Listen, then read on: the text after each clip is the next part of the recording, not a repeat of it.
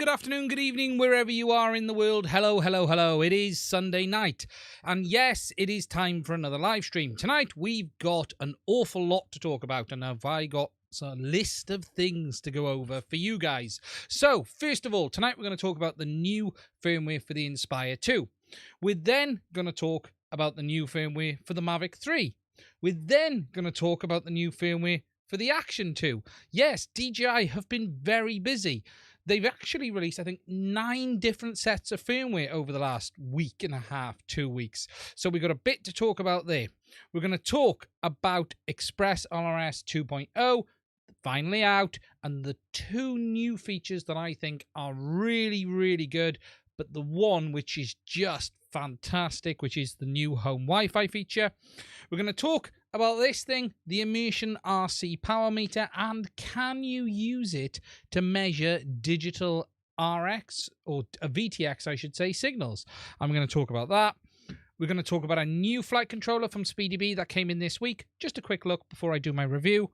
New frame, that's coming this week. Heck soon. We'll talk a bit about that as well. And finally, I'll just share with you some of the stuff that I've been doing this week, including tearing down a set of Fat Shark goggles. Now, as always, guys, it is always fantastic to have you here on a Sunday night. For those of you who are regular, sorry, I'm going to get the shilling bit out of the way early. If you are not regular and you are new here, though, please do consider hitting the subscribe button and don't forget to hit the little bell next to it as well. If you'd like to support the channel, there are links to our Patreon as well as Buy Me a Coffee. And I just want to say something on those two specifically before I jump over to the chat. A massive, massive thank you to everyone who has hopped onto the Patreon and the Buy Me a Coffee, especially in the last 2 weeks, but everyone anyway. That video I put out where I was talking about the future of the channel sort of drove things forward a little bit, and I just want to say a massive, massive thank you to everyone who has contributed via that. That was not the intention, but it is massively appreciated. I do want to say that. Finally, I also want to mention about this, which is my Discord server. If you guys don't know about it, please do consider checking it out. There is a link to it in the description of this video. On here, you'll see posts from me, but many other amazing, fantastic people. And you'll see just a bit of the stuff I do on a daily basis. I'm trying to put more and more on here all of the time. And there's some stuff we'll talk about here as well. But I do put stuff on here that I don't necessarily share on the channel as well. So let's, if you're interested, check it out. And I'm sure if you've got any questions or need any help, hop over there and one of us will certainly try to help you out on that as well. Now, jumping over to the chat to make sure, A, this is actually working, and I'm assuming it is. And good evening, Type. I hope you are well. I've got an email I need to reply from you. I've not ignored it. It's in my list of stuff to do. Please accept my apologies. Good evening, Failsafe. How are you? Nice to see you here. Well done for making it. Good evening, Gary. Big A. Free Range Chicken FPV. Good evening, Craig. Peppermint. Chris, how are you? I think you're okay. I think I'm okay. I think Mads Tech is stuck in the toilet. That must have been before it went live. Chair shot time. It was about the chair. Good evening, Bruce. Oh, no, he is back. I am. Is the mic working? That must mean it is working. Thank you, Mark. My PFCO arrived this week, finally. Good evening. I'm here Monday morning. Let's fuel the show with some good evening, everyone. So, and John Cuppy, there's a lot to talk about. There is a lot to talk about. So I hope you guys are well. I hope you've had a good week. I haven't had a chance, before we jump into the subjects, I haven't had a chance to look at many people's live streams. I normally, on a Sunday night, catch JB's, and I'll try and hop over to a couple of others as well that are precede mine. I normally try to hop into them. I haven't had a chance to watch hardly any content this week. I've not seen anything that's been going on. I have caught up with the news of the new graphics card, which is the 2060 12 gig, if anyone's seen that, but not really seen anything else. I've also been looking at installing new Halo, but I'm trying to avoid doing that because I haven't got time to play anything now, but I might enjoy it. Now, I didn't see your live. I've seen nothing. I haven't had a chance. I've been traveling this week, which is highly restricted me in anything that I've done. I'll be honest. It really has taken me away from all of the usual stuff. But if you have a live stream, Bruce, I'll jump in and check it out after, and I'll watch it back. So, as always, guys, if you've got any questions, please do put them in the chat, and I will try to answer them. Hello from Wisconsin. I hope you're... Thank you, Ralph, I suppose. Probably because I didn't do a live stream. There we go. That's why I missed it, Bruce.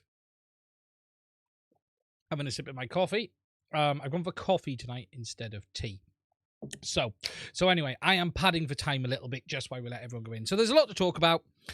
Some of it isn't FPV related, so we'll get the DJI stuff out the way, and then we'll get on to ExpressLRS and the FPV stuff like that as well. And it has been an interesting couple of weeks because it's almost like DJI have woke up and there's been a slew of firmware releases.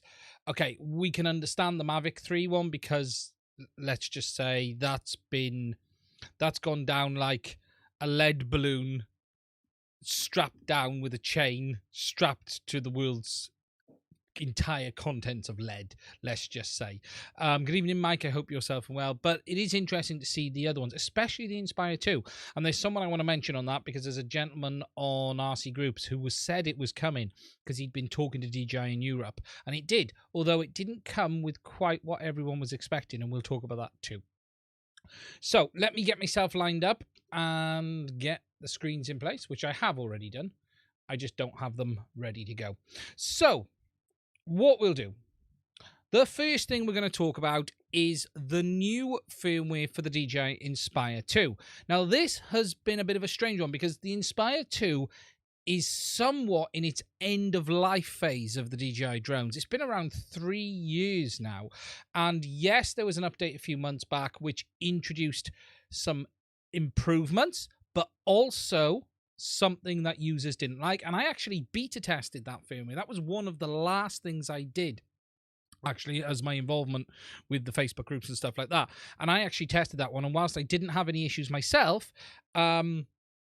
many people have. So if we hop over to the desktop and we'll take a look at the release notes, DJI have released firmware version 01.02.0600, and they've updated the remote and the Sundance as well. And they simply say they have optimized flight experience by reducing gimbal roll drift.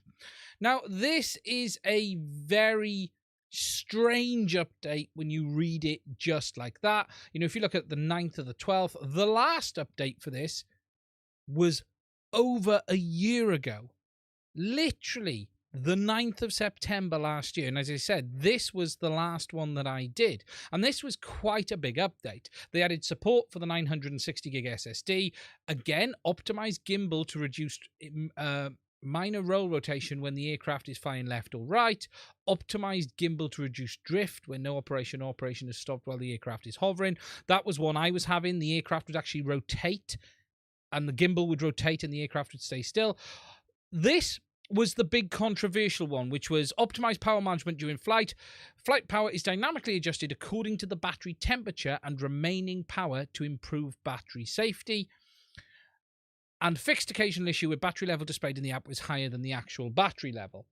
Now, these two last ones are the very interesting ones. The last one where they optimized the battery readout, this was all related to the SOC, which is state of charge issues on the M200 series with the TB50 and TB55s, and that the fact that the batteries were misreading their voltage readout. And what would actually happen is the voltage, the fuel gauge in the battery would count up itself after the battery had stopped being used. So for instance, if you landed the battery on 60%, and left the batteries, when you go to use them next, they might show 80 or 90%. And this then resulted in batteries not displaying the correct state of charge and not necessarily charging properly. And this led to a load of issues on the M200 series, especially where the aircraft started falling out of the sky.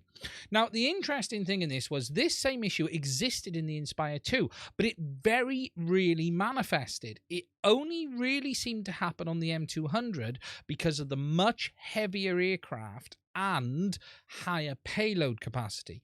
The Inspire 2, which would only take the TB50s, has a much smaller load on the batteries, and it didn't really have this fallout of sky issue. However, DJI have fixed it anyway. It was long awaited because the weird situation with this, for those who didn't know, was they'd updated the firmware on the M200s, but not the Inspire 2. And if you were someone who owned both, if you were swapping the batteries back and forth between the aircraft, it was whinging at you because it said the firmwares don't match. Whereas with this release, it actually updated it. However, the real interesting thing was this, and I'll highlight it, and this was optimized power management during flight, and the power is dynamically adjusted according to the battery temperature and remaining power to improve battery safety, which is this one here. Now, this was a controversial introduction. What this does is reduce the available power your aircraft has when you're flying if it feels there's a problem. I actually, as I said, beta tested this, and we were asked to look at this specifically, and I couldn't make it happen. I couldn't actually trigger this behavior. However, a number of people did, and 1 or 2 people actually lost their aircraft as a result of it. There's a post on Facebook from a user which explains what he had happen, and basically the aircraft didn't give him enough power to recover. I've seen people post that they've had issues with not being able to fly back in windy conditions as a result of these problems as well. And this Inspire 2 low power feature really did rub some people up the wrong way.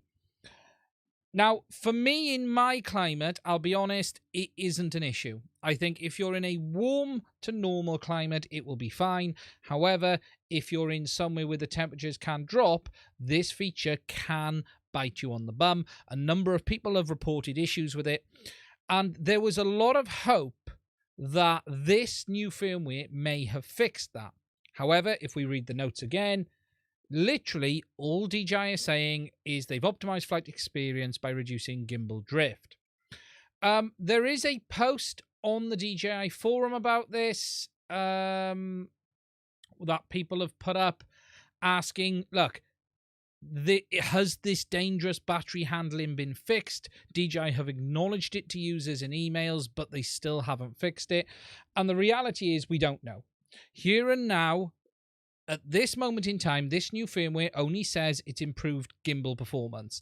I have actually updated my Inspire 2, but I've not been able to fly it yet because the weather has been atrocious. I can't comment if this problem has, or this feature has been fixed. All I can say is, here and now, as far as the release notes state, it's still in place. And if you're unsure, you should remain on the older firmware before these last 2 releases, because it is not confirmed either way. It's one of those strange situations where DJI introduced a fix to a problem that affected a very small number of people, but the problem then also affected, the fix also then affected a very small number of people. And then you have to weigh up, well, what's the better thing to do? Personally, I do not like the fact the aircraft takes power away from you. And as I said, there are people who've reported that they've had full forward throttle in medium winds and the aircraft didn't have the power to go against it, and then they ended up losing it. So we'll have to see. But here and now, we do have new firmware. It is available. I've updated mine. I'm going to go and test it as soon as the weather breaks, and then I'll probably put a separate video out on this. I am going to cut this and shove this up as a live stream clip, but I will probably then do a proper video or tag on the end of this when that has happened. So that's the new firmware for the Inspire 2. Catching up on the chat. Good evening, Jake. How are you? I hope you are safe and well, my friend.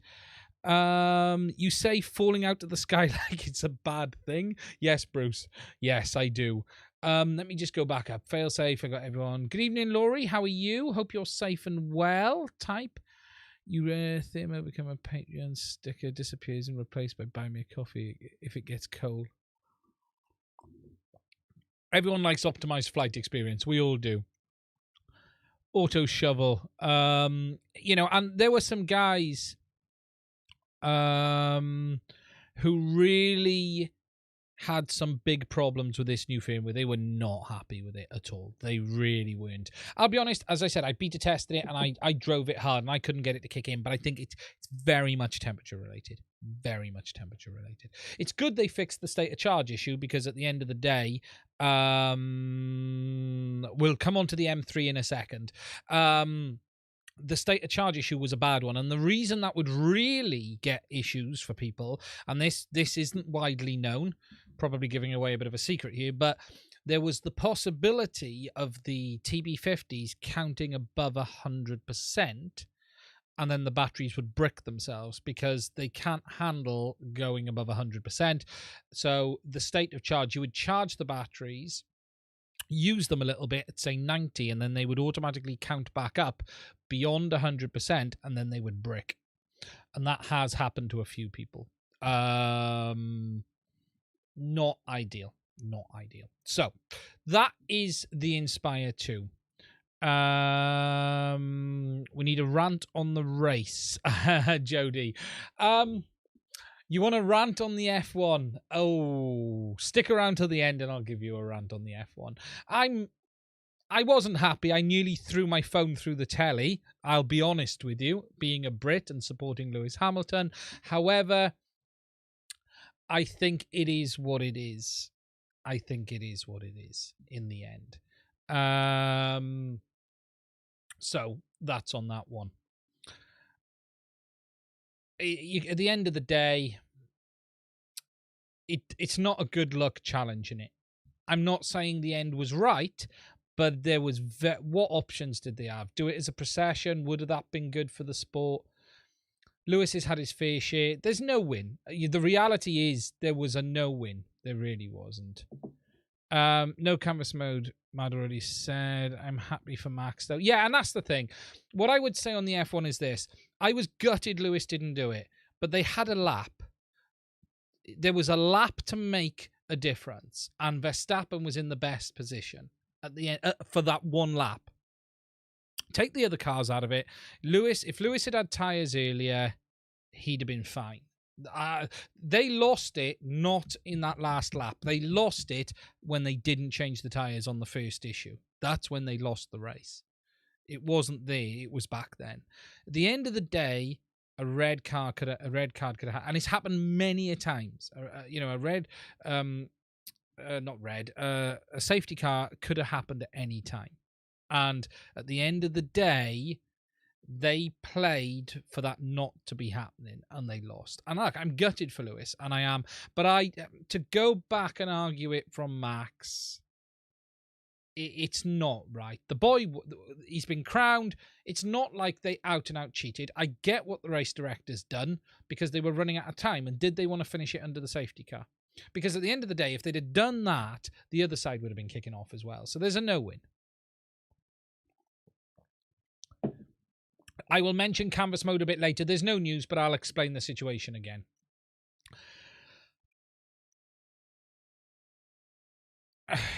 Yeah, it's a tough one. Right, the second firmware update that we had this week was for the Mavic 3, and this was much earlier than everyone expected. If I hop over to the desktop once again, there had been talk of firmware coming in the new year, and obviously there'd been a lot of information. However, DJI pushed out version 1.00.0400, and this includes focus track, master shots, time lapse, added RAW-only photo format, reduced video recording noise, reduced occasional vibration of the aircraft arms in some scenarios, improved return to home, improved obstacle avoidance, added active track, obviously improved hover stability, fixed some computer could not connect via USB, abnormal color appearing scenarios, purple haze, and fix some bugs of the remote controller. So the big update came out for the Mavic 3. Everyone lost their mind, got excited. And if you're not watching Philip Bloom, I strongly suggest you do, because Philip was about to release his part 2 of his fantastic review for the Mavic 3. And then the firmware dropped and he had to stop. So he put out a little clip about it and then said, I'm going to go back and do a load of testing again. And it's very funny because it's Philip basically saying, knowing my luck, I'm recording this and the new firmware will come out. And then it did. But we've got the update and it's brought some of the things people wanted. The big ones is we have active track, we have the smart shots. Allegedly, it fixes the color shift. However, people are still reporting it. And it just brings a whole host of improvements. Now, there are reports it changes how the aircraft flies massively and it improves it. But there are also reports that it doesn't. So I'm a little bit confused on this. They say they've improved how it behaves. And I've seen some of the behavior around those wiggling arms. And I've seen people post pictures of that. But there is some good stuff in here. You know, it's brought a third of what people are asking for. However, it hasn't come without issues. And if we again hop back over, Philip himself posted a video. Let me just put this full screen and you can read the comments yourself. Actually, let me just cancel that there. Philip posted a video of the active track in this woodland environment, and it was frankly all over the place. And he actually crashed it 2 or 3 times. It hit a tree, he broke props. He hasn't damaged the aircraft, interestingly. He's held up quite well. But he did put this post up telling people to be very careful, and it's really not ready at this moment in time. However, and he did put this post up saying, if you have, be very cautious using active track mode. It's not rock solid. I've had a number of bad experiences with it today, especially avoid front tracing mode. If you're in a big open space, it'll be fine, but it really didn't like being enclosed. This should do as DJI's launch video through this and etc. Now, he has edited to say DJI have asked him to add this comment that they will fix many of the issues in the next firmware update. Further to this, there were very quickly a number of posts on the Mavic 3 group on Facebook and other places of people's Mavic 3s doing crazy stuff after the update. One guy appears to have tried to fly it indoors and it flew up and hit the ceiling. Another guy has had one fly off and fall out of the sky. So it's hard to say what has changed here. There will always be issues, so please understand there will always be behaviors and things happen with any firmware update, and it might not even be the firmware. It could be user behavior. But again, just like the launch, the update hasn't gone that smoothly. But to be fair to DJI, it is great to see it. The update consists of aircraft update and RC and app. You need to make sure you update all parts of the system, and it is big. It is very big. It is 1.3 gigs, so you need to make sure it is. From the information I'm seeing from users at the moment, because I still don't have one in hands for now, but it might be coming shortly, is most people are reporting the purple shift is gone. However, some are still saying it's there, and it appears to be Cine users are saying it's still there. But that could be the color science more than that. Active track, I'm not going to say seems half-baked, but it seems early. Okay, so I would be very cautious with active track, but it is good to see it. And look, it's a good list of updates. You know, if I just put the release notes back up, you know, focus track, master shots, and time lapse, they're huge. But you know that should have been there on day one. RAW only, why was that not there? You know, that's unforgivable. Let's be realistic. And reduced video recording noise for ProRes of Mavic 3 Cine, which is interesting because Philip Bloom was going to say he virtually sees no difference between ProRes and H.265. I've seen I think that's what he was going to say because he hinted at it. And someone on Facebook and other places have also said when you dive into the detail of the image, there is very little between the ProRes and H.265 on the SD card. Very, very little indeed. However, this would imply that they've improved that. So we're going to have to see. And that's why Philip's delayed it. And he has hinted that there's big changes as well. They've improved return to home, obstacle avoidance, hover stability, and stuff like that. So it's good. There's an update. It's the beginning. It certainly won't be the last. And I suspect we'll have another one in the new year. They do seem to have pushed this out quickly. If you're a Mavic 3 owner, certainly get the update. I would highly recommend you do. There is a lot of noise around this new bundle that's coming in the new year with the smart controller and the basic model rather than only being with the Cine and what people are going to get back. Again, I would throw caution on how much DJI are going to put out. You know, they've openly said they're going to work with the community, but I wouldn't expect a massive amount of credit, let's just say, because they're not gonna want those other remotes back. I reckon you'll get $50 to $100. At best, you'll get a battery out of them. At best, you'll get a battery. But they're clearly on the defensive. And what I have found interesting this week is there's been a number of people DJI have reached out to offer t-shirts, baseball caps, sending out free SD cards, unheard of stuff. Never have I seen them do stuff like this. So still very, very interesting. But it's good. It will be credit. It definitely will be DJI credit. They're not going to give cash back. And I reckon if it's credit, it'll be $50 to $150. At best, a battery. That's what I would say. That's what the sort of things they've done in the thing. But they're definitely on damage control. Definitely on damage control. More than I've ever seen them. Not a bad thing. Let's hope they learn some lessons from this one, and hopefully this drone will get a lot of attention very quickly. You know, there's just been too much noise. They will want to get this right. They will want to get this right. I'm hoping. I'm not going to name them because it wouldn't be fair if it doesn't happen. However, there is a very real chance I will have my hands on a Cine model in the next week or two, all being well, to loan. Not mine, to loan, to borrow for a short period. That should allow me to do a few things, which will be fantastic. Amazing if it happens. A massive thank you to those. I don't want to say them name yet, because if it doesn't happen, it would be unfair, and I don't want to back them into a corner. So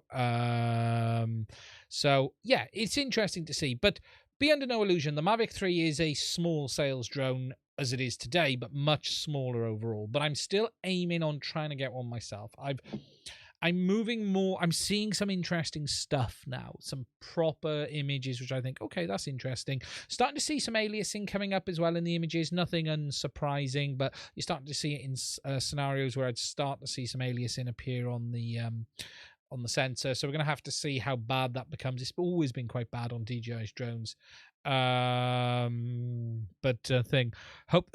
Hope the time you have it will be long enough to download the footage from the onboard SSD. Great comment. Brilliant, Louis. They have said they've improved the speed, haven't they? I thought they'd improved the speed of that. Oh, no, they haven't. That's something else. Yeah, I have it long enough to download the footage. We're going to have to see. So, pardon me, there's a cough out of nowhere.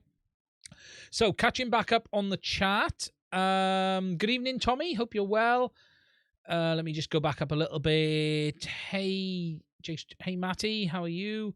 It's definitely improved flight characteristics and gimbal for me. I can't see me using ActiveTrack often, but it's good to have. Yeah, I very rarely use ActiveTrack. The most time I've used ActiveTrack was for the channel, talking and doing something. Actually, ActiveTrack was really good for filming you making videos on the drone, showing people screen recorded footage, because you could show yourself walking around with it as well. That's the most I've used it. I don't use it myself, but Laurie, definitely improved flight characteristics. Cool. Does it fly anything like the Mavic 2 yet? Because I still don't know. I got the Black Friday sale on the Mavic 3. That is fantastic already. Hal 9000, good evening. How are you? Knowing DJI, they simply downgraded the H465 footage. Gerard Bruce, I hate to say it, I had that exact thought at the same time. When you drop the footage on the editor, yeah, it should. People are just digging in. They're not seeing that much difference between them.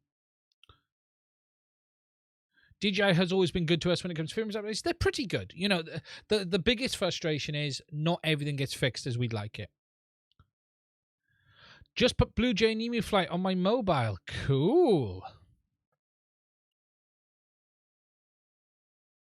Howdy, Bruce. Good evening. Just getting down the chats. Hey, man. Sorry I'm late. I have no excuse except the dog ate my homework. Punishment for you, Steve.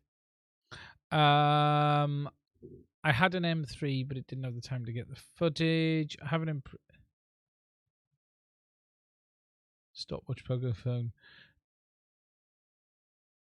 Yeah, I think that the look, and I've said this many of times on the M3, it will be the best consumer drone money can buy for the next 2 to 3 years, period.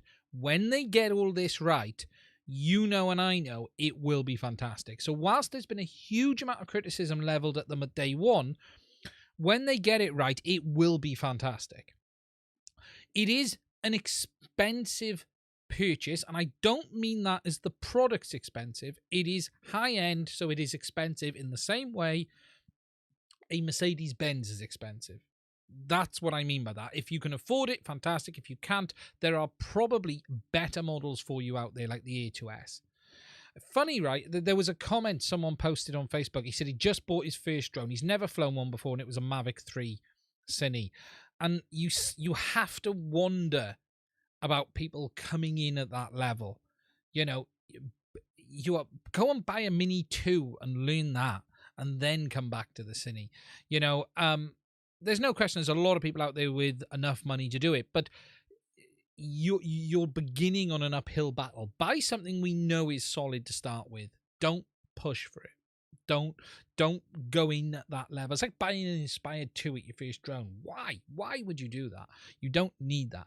Start on something you can learn the quirks and functionality of how DJI systems work, and if something goes wrong, it's a couple of $100 down the drain. Don't worry about it.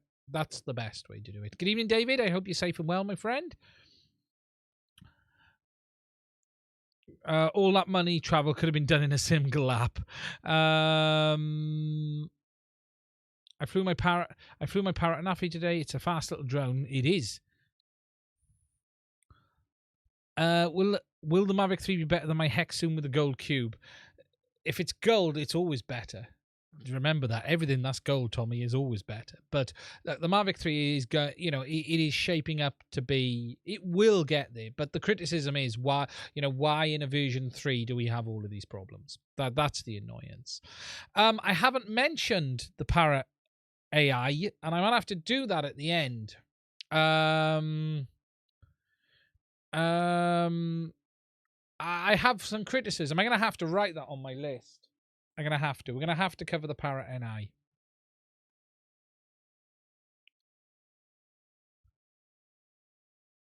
I have a fat Mambo. Is it in 16:9? It's not that big. It's a normal Mambo. It's no bigger than any normal Mambo. Okay. So we're past that. So if you upgrade, just be careful. The next one, and I'm going to keep this quick. Now, I missed this firmware update. So now, next, what? I got myself mixed up. So the next thing we're going to talk about is this little thing here, which is the Action 2, and the fact there's been a new firmware update for it. And I missed this, and that tells you the last time I turned it on and connected it to the app.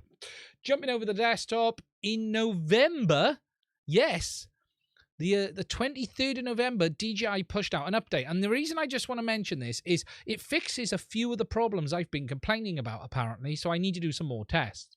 So if we look at, they've optimized exposure, optimized color accuracy, improved exporting speed. This is a huge one for me. This was shocking on mine, so I need to test it. Reduced frequency flicker produced by indoor lighting, optimized ultra exposure, improved micro SD card, and where is it? Where is the other one? This one. If you watched me, I put a post on this on Shorts that I was waking up in the morning and my unit was flat after I left it fully charged. So they've also fixed that one as well. So there is a new firmware. I have not tested it yet. I've just done the update before I came on the live stream, so I'm going to have to test it now. That's a point. Let me just have a look how much footage is on it, because I know how long it roughly takes to transfer the footage, and I'll be interested to see how long. Oh, we got 10 gigs on the internal. Let me get a card. Let's transfer. Let's do that, shall we? If we transfer it over, I'll know how long it takes. I can tell you roughly if it's quicker or not. What we're going to do is go over to that card, format that card, and then what I'll do is I'll tell it to transfer the footage over and see what it does. Format.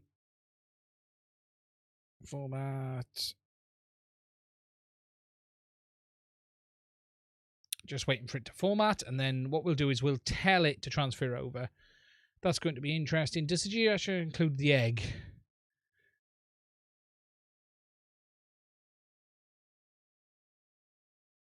Let's just start catching up on the chat. Good evening. Good evening. Right. Okay. So we formatted. So what I'm going to do now, switch to internal storage. So we're going to tell it to export to SD card. Now what I'm going to do is I'm going to put that there so you guys can see it. And the reason I want to do that is when I'm recording, I'm going to set a timer on a stopwatch on my phone. And then I'll have actually, it's no good me pointing it that way. I won't see. Actually, I need to put it that way, and I'll have to keep an eye on the screen for when it stops. That way, it's on the recorded part, and I can work out the exact time. So we do a stopwatch. So what we're going to do is click Export, Confirm, Start. There we go. So we're going to let that now export the footage and see how long it takes. So it'll be interesting to take. This 10 gigs should take about 15 minutes. According to the last firmware, about 15 minutes to offload 10 gigs. So we're gonna have to see. But it is good. There's new firmware out for it. So yeah, it's not a big change, but I'm gonna have to reevaluate it, and I might actually review it again if I'm honest, because I didn't really do a proper review on it. Now before I go any further, guys, Laurie Joan, crash videos I've seen, this will be Mavic 3, crash videos I've seen seem to have way more gimbal damage than legs. Yeah, they are thin. The idea is don't crash it. Yeah, it's all that weight under the camera. The camera has a lot of mass. And I've seen it sort of jump the mount and rip the cable. That seems to be it. Something I want to have a look at on it when I get it is if there's a way of actually improving that. For those who remember the Phantom 3 Advance and Pro, there were similar issues that when you had a hard landing, it would rip the gimbal from the mounts. It had 4 rubber mounts around the gimbal. If I just find it, Phantom 3. There were 4 gimbal protector. There were 4 like just rubber mounts that went around it, and it would rip off them. So some companies come up with these little pins that you could put through them. I think DJI even sent them out as an aftermarket customer service accessory. Let me just see if I can find a proper picture of it.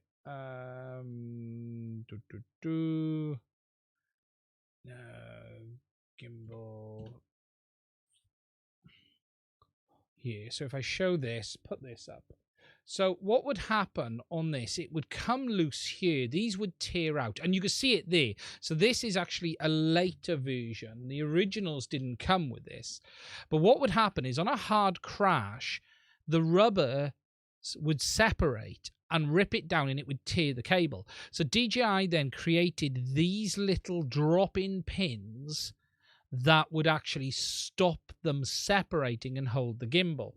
And the idea of that was to stop it separating. And what you could actually do is do a cable tie, but the cable tie used to add vibration. The real trick was get some string and tie it, because string was loose enough that it wouldn't add any hard vibration to the aircraft or anything like that. So it'll be interesting to see on the Mavic 3, is there something that can be done the same to prevent that gimbal coming off its mounts. I don't know how it's set up myself. I haven't seen any close enough images of it to be able to do it.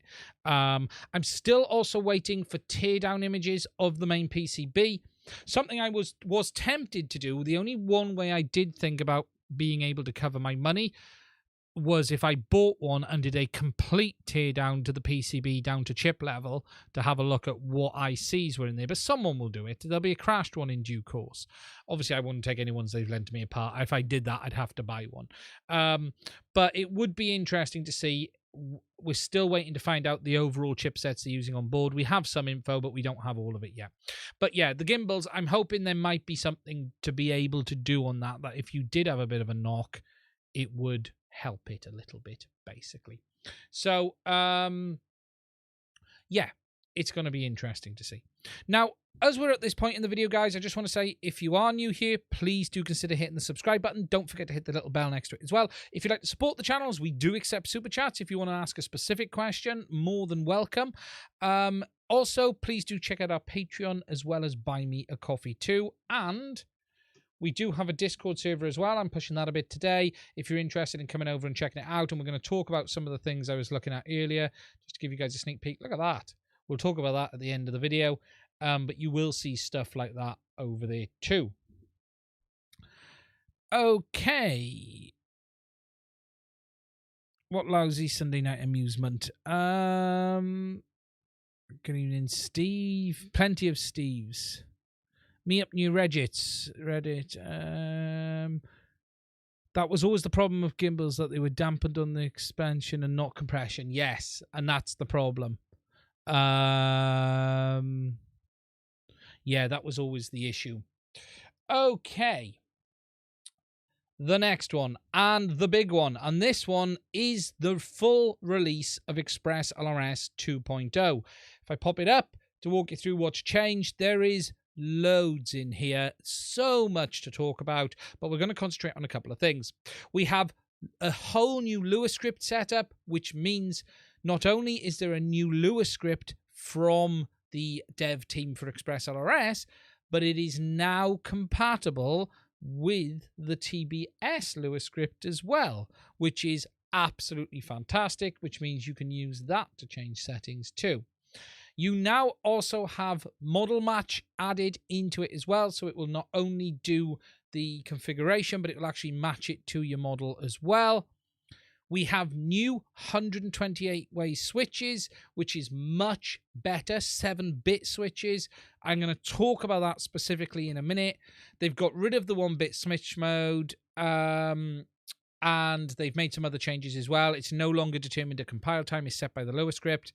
They've improved the sync behavior, which is nice. They've added dynamic power.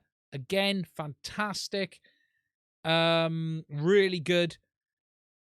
VTX administrator, backpack support. But the other big one for me is this, right? This is home Wi-Fi. And this is just fantastic. And I am going to show you this in a minute because honestly, this is just so good. It really is. And whilst there are other things out there that are very good, this is pretty good. And there's some pretty things for your crotch as well, which is the LED status and stuff. So ExpressLRS 2.0 is out. I've upgraded all of my equipment already. And as I said, there's two main features. There's the new switch method and the Wi-Fi updating. Now, just to explain the basics. Oh, that's finished, has it? Oh, it's done it. Look at that. 7 minutes.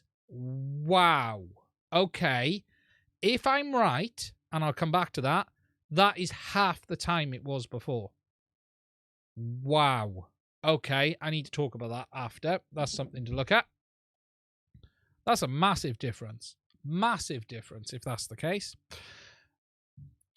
Okay, so to explain, first of all, the new switch method. Now, the way ExpressLRS works is the way it gets its long range and its fantastic behavior is it prioritizes things differently. So your normal channels 1 to 4 are prioritized with every packet. Send every time, full rate, no changes, full resolution, full rate. 10 bits as it should be. You then have your aux channel, which is a reduced rate. So it's not 10-bit, but it is sent on every single packet to make sure that it is correct. And it's important that you always have your aux switch set on channel 5, as always, and they say it at the top. Arming should always be on aux 1, basically, and high aux 1 for armed and not. Now, what they then do is they don't send the rest of the channels on every packet. They then send it periodically depending on what the telemetry rate is set at. And they also then reduce the bit depth of the channel resolution. So instead of it being full resolution, it's a reduced resolution. So the idea is you're sending less data. The whole goal of this is to send less data, which allows for lower latency, longer range. And what they've done is they had this thing before called hybrid switches, but they've now moved it to this new switch method, wide switches, and they're 7-bit resolution. And I'll show you that in a second on a receiver just to show you how that looks, because it behaves differently than your normal sticks. So what I'm going to do is plug in this aircraft. Actually, what I need to do first of all is turn on the Mambo. Get that powered up.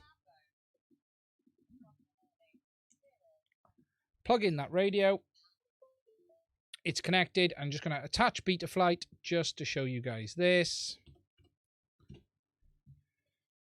And connect. Wait for it to kick in.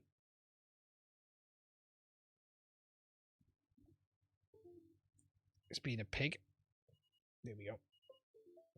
Sorted. I'm in. So if I go to the desktop view. Okay, so on this aircraft, if I go to the receiver tab. Okay, so we have our radio controls. So for instance, if I move my throttle up and down, you can see we've got full resolution on the throttle. You know, every single bit is moving. But with the 7-bit resolution switches, I've got a control knob here. So if I just go back to there and go back to there a sec. So I got a control knob mapped to aux 8. Okay, so I can turn that up and down. And then to show you, I've got it all the way down. Now, as I turn this, you'll see it moves in steps. So there we go. It's gone to 1066. Looking at aux 8, 1133, 12, 166, 133. So it's not a full resolution output. It is done in steps to allow you to have multiple positions. So you can still have multiple position switches, but they're at fixed intervals on the PWM range. And that is on all of the other aux channels. I've got the others mapped as you would expect, you know, but that is on all of the other aux channels. But the important thing is you always need aux 1 for your arm and disarm switch. So the nice thing is you do have this new wide switches mode, and it just improves the way it worked compared to the hybrid switches before, because the hybrid switches wasn't ideal for everyone. It got quite complicated because you had the hybrid switch mode and the other switch modes, and then you could choose which one you wanted. With this, they've done away with all of that. You've just got your main setup and now these wide switches, and you put your RC on the one lot, you put everything else on the other, and it just works. So it's a better overall performance. There's a lot more technical to go into it, the way it sends the packets and stuff, which I won't go into. If you do want to know about it, it is on the ExpressLRS website. So that's the big first one. The second one is the new updating functionality. Now, if you hadn't seen on ExpressLRS before, let me just close the Betaflight configurator. The way you had the options to update, you could update via Betaflight pass-through, UART with an FTDI adapter, or Wi-Fi. And the way the Wi-Fi functionality worked was you would connect, you would put it in Wi-Fi mode or allow the receiver to go in Wi-Fi mode. You would then connect your device to it. It would show up as an access point, and then you'd go to a little web page, which would then give you the option of logging in. And I'll show you that now. However, they've now added this fantastic feature of home Wi-Fi. So you can put into the device your home Wi-Fi settings so that when you power it up at home, it will connect to your Wi-Fi network and appear in the ExpressLRS configurator. So just to show you this, and this is absolutely fantastic. It really is. So I'm going to open up the ExpressLRS configurator. Let's just get him open first of all. Oh, I've got it open twice. We don't want that. Okay, so this is the ExpressLRS configurator. Okay, we've got it here. What I'm going to do now is I'm going to power that off and turn my radio off, okay? Because I don't want the receiver to connect to the radio. I'm going to power the aircraft back up and just wait a second. Now, I need to wait about 20 seconds for this. It will take about 20 seconds for the receiver to enter Wi-Fi mode. Let me just keep an eye on it. It's doing its basic flash at the moment, and then it will drop into Wi-Fi mode after 20 seconds. Then what it should do, here we go. So go back over to the desktop. It will then connect to my home Wi-Fi network.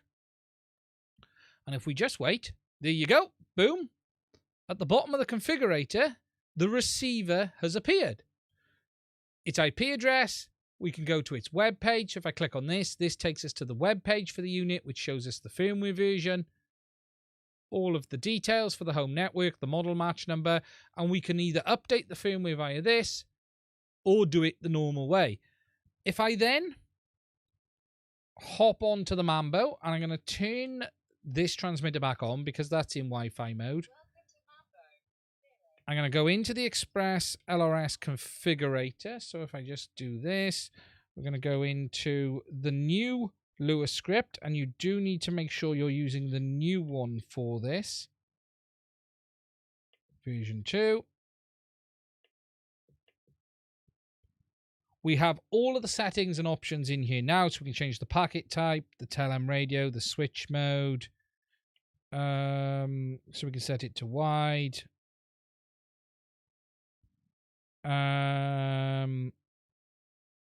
Administrator, Wi-Fi connectivity.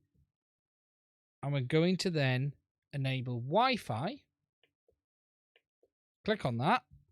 And then if I go back to the desktop, this one takes a little bit longer for some reason, but it should. Give it a second. There we go. And you can see the Beta FPV Micro TX has appeared as well. So rather than have to manually connect, you can simply put everything on the right Wi-Fi network and it will just appear. And you can select it for firmware updating and then choose the settings and it will just do it. It's oh, wrong camera. It's amazing. It simply is fantastic. It just makes a massive, massive difference. It really does. It really, really does. I'm not going to say it's easier than the TBS method that over the ear updates. I'm not going to say it's out and out better, but it is very, very good. You know, there's a lot to be said for that over-the-ear update method on the Tracer and Crossfire. I've never had problems with it, but I do know people have. I don't have a huge amount of experience doing firmware updates. It's always worked. But I do also like this a lot. You know, when it comes to the next firmware update, you can just walk in, turn it on, connect, and job done. You know, over the is great when you're away from Wi-Fi. Yeah, there are benefits. There are ups and downs. Do you know what I mean? There's ups and downs to one or the other. But you can still have all of the usual functionality. You still have all of the usual method. The real nice thing, I suppose, with the TBS over-the-ear update is once you've updated your module, it's holding that firmware on board, and then every time you connect a new receiver, it just sends it to it. There's no more downloading. Yes. Well, what's the point of it? Honest question. Does it just mean I can use my home Wi-Fi without being kicked off by the... Yeah. So rather than connect manually to each receiver to update, you can simply have them all on the home Wi-Fi. So say you got 5 quads. The current process would have been either manually do them on Betaflight pass-through or connect to each one's Wi-Fi manually, one at a time, and drag the firmware across. Now, you can just turn them on, connect it on the configurator and say update, and then do the same with the next one. Just cuts down time. It makes life a little bit easier. It really does. And it's two great features. I really do like them. They are very, very nice features, and it just makes life a little bit easier. Especially when it comes to the firmware updates. It would be great if there was a way to do over-the-air updates, but that comes with its own risk in itself. There's also a huge amount of other changes in their firmware. Like it tells you more stuff. Like if you're trying to put the wrong firmware on the module, it warns you much better now, and stuff like that. There's been a lot of tidying up.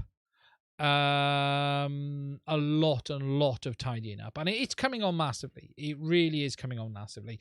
So as I said, the release notes are out there for it. When you go on the ExpressLRS releases page, you do need to make sure if you do upgrade to 2.0, you must use the latest Lua script as well. The old Lua won't work because they've changed everything. So you do need to do that. You do need to make sure that's best. There's loads in this. Dynamic power is another great one, really handy. It's going to be interesting. Bluetooth joystick makes sim flying cordless. Yeah, there's loads of stuff. There really is. There's so much stuff in here. It's a big update, and the devs are doing an amazing job. The devs are really doing an amazing job. So that's the big one. The switches and the Wi-Fi are the two big ones for me. I've updated all my aircraft. I'm all done. It's ready to rock and roll. I've started to use the full Wi-Fi updating functionality, and I'm going to do a video on it in the near future of how I do my updates. And I'm going to do it on 2.0 to show the best way. This is all on 2.0, yeah. And it's all full release now, so it's ready to go. It's ready to go. Okay, catching up on the chat. Is it OpenTX or EdgeTX? I wasn't listening. Anyone managed to empty his bank yet? I haven't tried the new Yahoo stuff. No, I haven't. I'm still building the wing. I'm going to finish that over Christmas. That's bloody awesome. It is really good.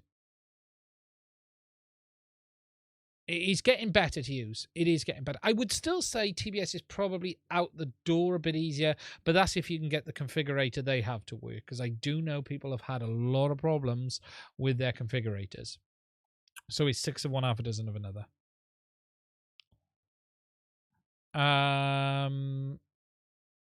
Simply cannot beat the EP2 antenna. It is impressive how small it is. There is a review coming up of the other two receivers in the short term. I use my Wi-Fi for washing up mostly. Just checking down. As always, guys, if you've got any questions,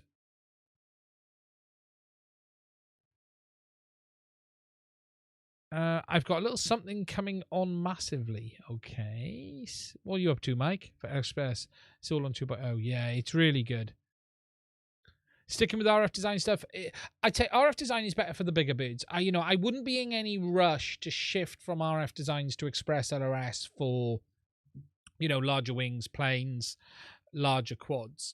I do think, ExpressLRS is really aimed, and whilst it doesn't have to be, the receivers and everything are very much aimed at the smaller side of the community. You just look at the EP series, the Flywoos, the Namimno, the Beta FPV, they're all smaller. They're all small receivers. There are some bigger ones out there, but it's not out and out aimed. But there's no reason you can't use it. What I wouldn't be doing, though, is going out to, say, replace the RF stuff, the radios, the big telemetry ones for this, unless you have a valid reason to. There's just not a massive technical reason to do that, because the UX is small anyway. I'm using it on a 2-meter Raptor. I suppose. Is it an EP2? Have you jammed an EP2 in the frame? Look, there's no reason to replace one system with another. If you're starting from scratch, interesting. There is a module, Bruce, a conversion board. I think someone's done a conversion board, or there is a receiver. I've seen it posted. They are moving so fast as well. They really are, you know. It's flying. It is flying, and there's more and more hardware coming all the time. There's a new receiver from Axis, which is quite transmitter from Axis, which is quite expensive. Which Express module do you recommend or buy, or wait for TBS? Okay, I don't think TBS are going to come onto it today. The Happy Model TXs are good. If you're looking for a good out and out one, the Happy Model Pro. I actually, and as much as people don't like that, I really like this 500 milliwatt one on 2.0 firmware. I like this Beta FPV module. It doesn't have backpack functionality, so you can't use that feature. If you don't need that, don't worry about it. This one's 500 milliwatts. RX, the best quality of all of the ones I've seen so far is the Namimno and Beta FPV. I have to say, I really like the Beta FPV receiver. I'll show you which one it is. And the reason I really like it is this. The Beta FPV's got a built-in power amplifier for the telemetry side as well. Now, just to explain that, most of the ExpressLRS obviously is a two-way link, right? So you've got telemetry coming back, RC going that way. Your radio might have 500 milliwatts, but all of the standard receivers only have about 17 milliwatt of power going out on telemetry because they're using the ESP32, which is using its standard power. However, there are models like the Beta FPV that has an additional power amplifier for the telemetry on the receiver, and that's 100 milliwatts. And I do like that on the Beta FPV. Out and out quality, I think the Namimno is, of the smallest receivers, the Flywoo I looked at was fantastic. Then I'd say it's the Beta FPV and Namimno together. They're very, very good. I'll be honest. They're very, very good. I have a second video coming on the EP series from Happy Model, and out of 4 receivers purchased, 1 wasn't soldered properly at all. 1 is dirty and has a number of very dodgy solder joints, and 2 are perfect. So I have a 50-50 hit rate on the EP series from Happy Model. However, I have not checked that quantity on the other ones. I'd love to do a test of 10 on all of the brands. It cost about £500 to do it. From what I've seen, the Namimno looks very nice. And I have one here. The Namimno is here, but it doesn't have the power amplifier. It's not in its packet.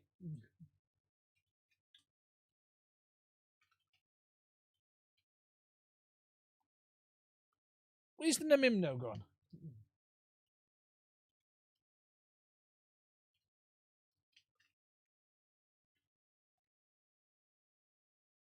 It is in its packet. I couldn't feel it. The Namimno is one of the better.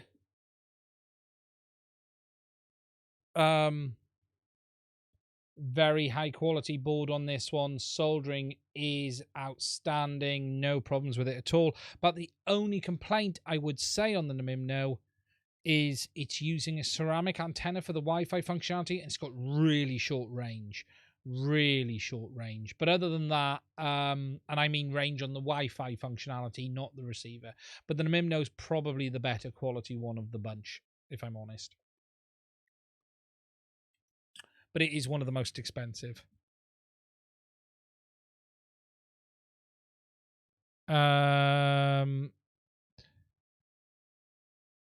Radio Master Zorro with internal. Yeah, but what was the one thing I saw downside on that? There was a downside I'd seen on it. I can't remember.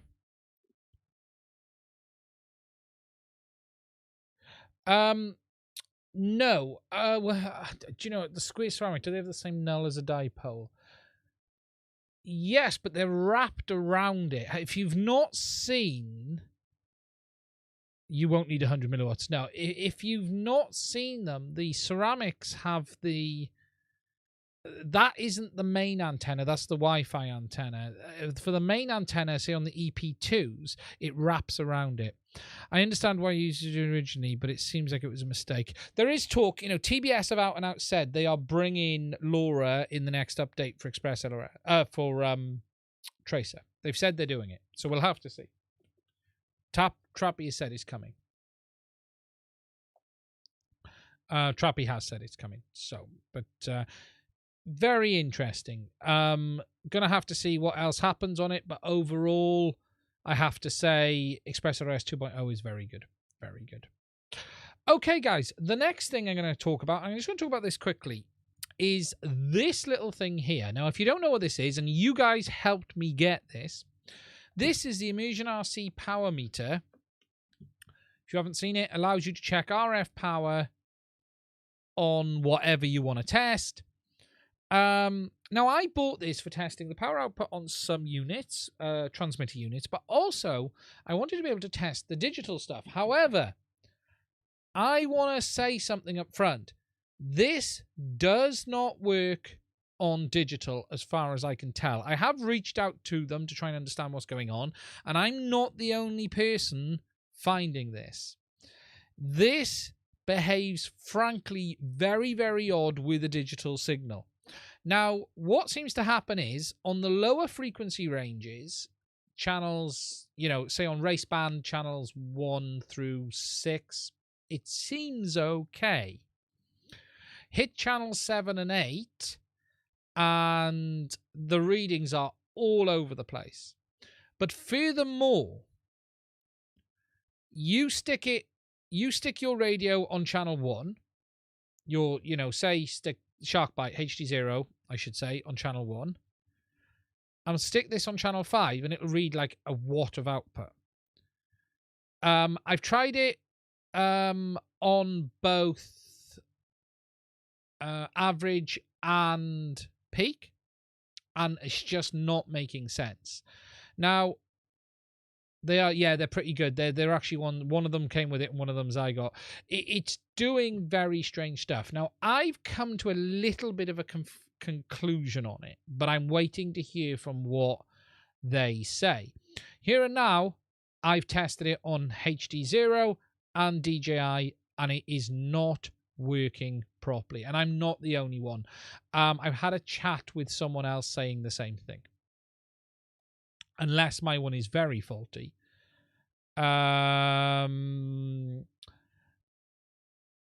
had someone else saying the same thing. It seems to be doing fine on like the TX here. For instance, if I let's put it on and show you guys. But it definitely doesn't seem right at all on digital. It's all over the place, in fact. Now, I'm thinking I've got a bit of a conclusion in my head that the way it's trying to work is it's looking for a noise floor and then measuring from there. And what I'm wondering is if the digital carrier is too wide, so it's not finding the noise floor to start from either side of the carrier. If you imagine, there must be a noise floor it takes the reading from, and it's going from there. And I'm just wondering if it's something like that. Now, let's just power the Mambo up. And what I'll do is I'll show you it on this, just to show you it on here. I haven't got a digital system set up I can easily show it to you on, unfortunately. I spend a lot of time. Okay, so let's fire it up. Let's get into the Lewis script a second. Script. And I'm wondering if the carrier is just too wide for it. TX power. Let me turn it right down a minute. 10 milliwatts. Okay. So let me just do the settings. Let's get it. Let's zoom out a little bit for you guys. And I'm just wondering if that's what the issue is. Right. Let me just stop the camera focusing. I don't have another to compare it to. No, I don't. Okay, so what we need to do is go in and go 2.4. You got to go to average mode on RC style links, not peak. We don't need attenuation. The span at 80 should be fine. So if we come out, so at the moment we're on 2.4, 10 milliwatts, and that is showing. Actually, let me just power the. Have I got dynamic power on? No, I haven't. We should be okay. So, okay, so let's see what this does now. You guys can see it there. See, let me. Oh, wait a minute. I've just thought of something. You just check something on this module. Where they didn't Beta FPV do the wrong bloody fitting. Oh no, that's fine. I thought this one had. I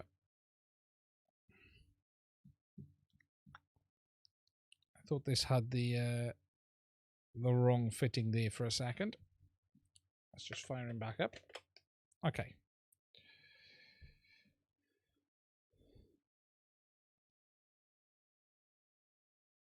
Okay. So I just want to check. So on this one, let's just have a look on this one. So we're at 1025, which is now saying 3 milliwatt. Let me just check. Was it peak on this one? Actually, it might be. Ah, yeah, sorry. This one should have been on peak, not average. Sorry, my bad. Okay. Let me just adjust the focus.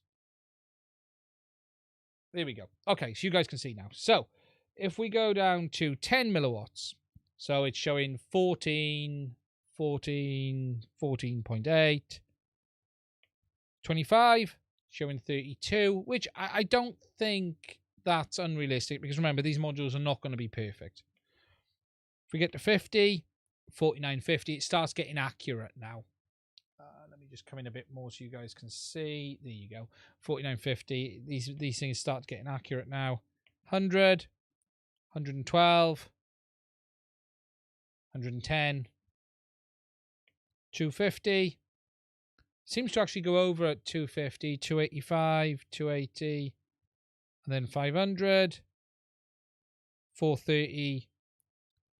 Seems under, but I think it's about, I think it's fairly accurate. It appears to be on that module fairly accurate. If I now try it on the other one,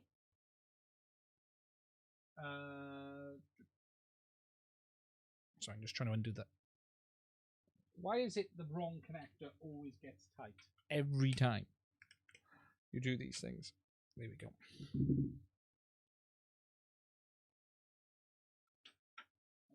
There it is. If we now try the one that does 250, so this is the on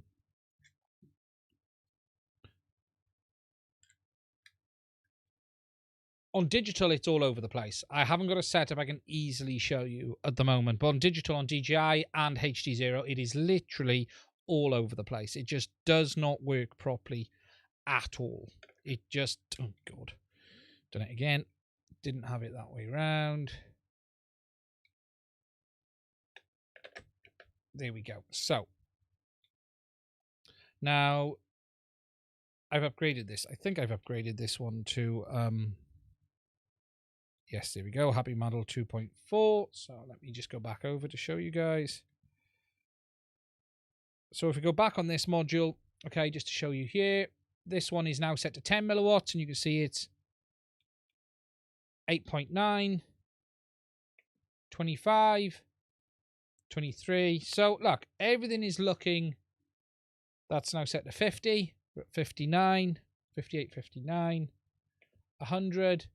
114, 115. No, this isn't the 1 watt. I wish it was. This is only the 250. And 250 comes out about 300 actually. Happy Model is the Happy Model 250, but it's coming about 300. So remember, I got no reason to believe the meter isn't right, because it's under reading on the other one and over reading on this. I wouldn't be shocked if this board is pushing out more than the 250. At the end of the day, there is a variance in these things. So, yeah, I think the meter's working fine on what I'm testing. I wouldn't take it as absolute 100%, but you know, the numbers are about right. The thing to remember is they don't calibrate those these transmitters. The transmitters are simply I've left it on without the antenna. The transmitters are, you know, it's estimated numbers on the power outputs. It's not a feedback. It's not in stone. So I think the meter's fine. It's reading fine. But on digital, it is all over the place. It is absolutely all over the place. And what's really interesting is, as I said, you could set, say, HD0 on channel 1 and then put the meter on channel 5 and it's showing like a 1.5 watts or 1 watt of output, which just isn't possible. Yet you go in onto the channel it's actually on and it's showing like well under what it should. So something isn't right the way it picks up digital. And I have messaged them, but they haven't replied. So I'm going to have to email Immersion RC. But here and now, it is not good for digital. We're going to have to wait and see. And I do wonder if it's just the way they're measuring and whether they look for like a noise floor and then try to measure up from there. But if the digital carrier is so wide, it can't measure it. And I've tried it on DJI and HD0. DJI 25 megabits and 50 and on the other one as well. So don't rush out and buy one. You can't buy them anyway because they're not available. But we're going to have to see. We're going to have to see. Something's fishy. It definitely seems fishy, GMI. Something feels off. I think the meter is definitely good on analog style signals and things like that. And like those peaks on FH. Choose a light bulb like we did in the old days. But it's going to be interesting to see. It's going to be interesting to see. We're just going to have to... I'm waiting for them to come back to me. But all of my testing is just not behaving as expected. Ian's even better looking now. I'm in 1080p. Thank you for that, GMI. Okay, Jambo, where's canvas mode? DJI canvas mode. I don't think it's going to happen, personally. We're waiting for it to happen. DJI have never said canvas mode is going to happen. I won't ever say never, because I'd have said never on a new firmware update for the Inspire 2, yet it came. However, DJI have never mentioned canvas mode themselves. They have never discussed it openly themselves. The only people who have was Caddx FPV in a single post. And one of the reasons I made the video on it was to make sure that's retained in history, and that whole story to make sure it's retained in history. Will it happen? It could. You know, look, DJI still are pushing updates out for a 3-year-old drone. Anything is possible, but I'm not convinced it will ever happen personally. I'm just not. I'm really not convinced. Okay. Next thing I'm going to talk about. Now, before we do that, if you've got any questions, guys, do put them in. I'm going to put that screen up. If you've got any questions, please do put them in. The next thing, I'm just going to give you guys a quick look at this. Now, I got a review on this. SpeedyBee have sent me their latest stack. Now, this isn't the one where people have been having issues. And what we'll do is we'll take a look at this a little bit more in a minute. This is a new smaller one. I don't think it's this one people are having the issues with, but we'll have a look at it in a sec. If I was to predict V3 goggles, what would it be? Okay, V3 goggles. If V3 goggles are a version 2 system, because this is now where things got a bit complicated. We have version 2 goggles, but the FPV system is still in version 1. So what one, GMI? Version 2 system with new goggles. So version 3 goggles, version 2 system. No, they haven't. Jody. No, they haven't. Not since that comment. Okay, if there was a set of... If there's a version 2 system and a version 3 goggles, okay... Well, you don't even need a version 3 goggles for a version 2 system. Okay, take this. The DJI FPV drone's image quality in the FPV is light years ahead of what we have on the FPV system. So, with just the V2 goggles we have today, there is a huge amount of room for improvement. So a V2 system could have 810p resolution instead of the 720p, better overall image quality in cameras, dual band. If I was a betting man and the system moved forward, I actually would expect 1080p, right? I wouldn't be shocked to see 1080p, same latency, and dual band. If I'm a betting man, that's what it is. The image quality through the FPV drone is amazingly better than the FPV system, but that is largely driven by the cameras. And then there's this trade-off of if DJI, well, the drone is 810p, the FPV system is 720p. That's the thing to remember. The FPV system is 720p, the drone is 810p. So there is a slight bump in resolution on the drone, and it just looks so much better. It looks bloody fantastic. It really, really does. It really, really does. So if there was a new system, I can see them doing that, but it's driven by the cameras, and then you have the problem that we have today of limited cameras, because if DJI come out with a system again with this lovely spanking new high quality camera, everyone else is going to struggle. And funny enough, there was some talk today on this on JB's Discord, actually, so it's an interesting subject. Yeah, the screen's 810p. The screen's actually 1080p. But yeah, well, it's scaled, but it gets complicated. The camera situation is where the issues lie. So, you know, DJI's camera drone. So if we take the FPV drone, right, the FPV drone has an image sensor that's really designed for camera use.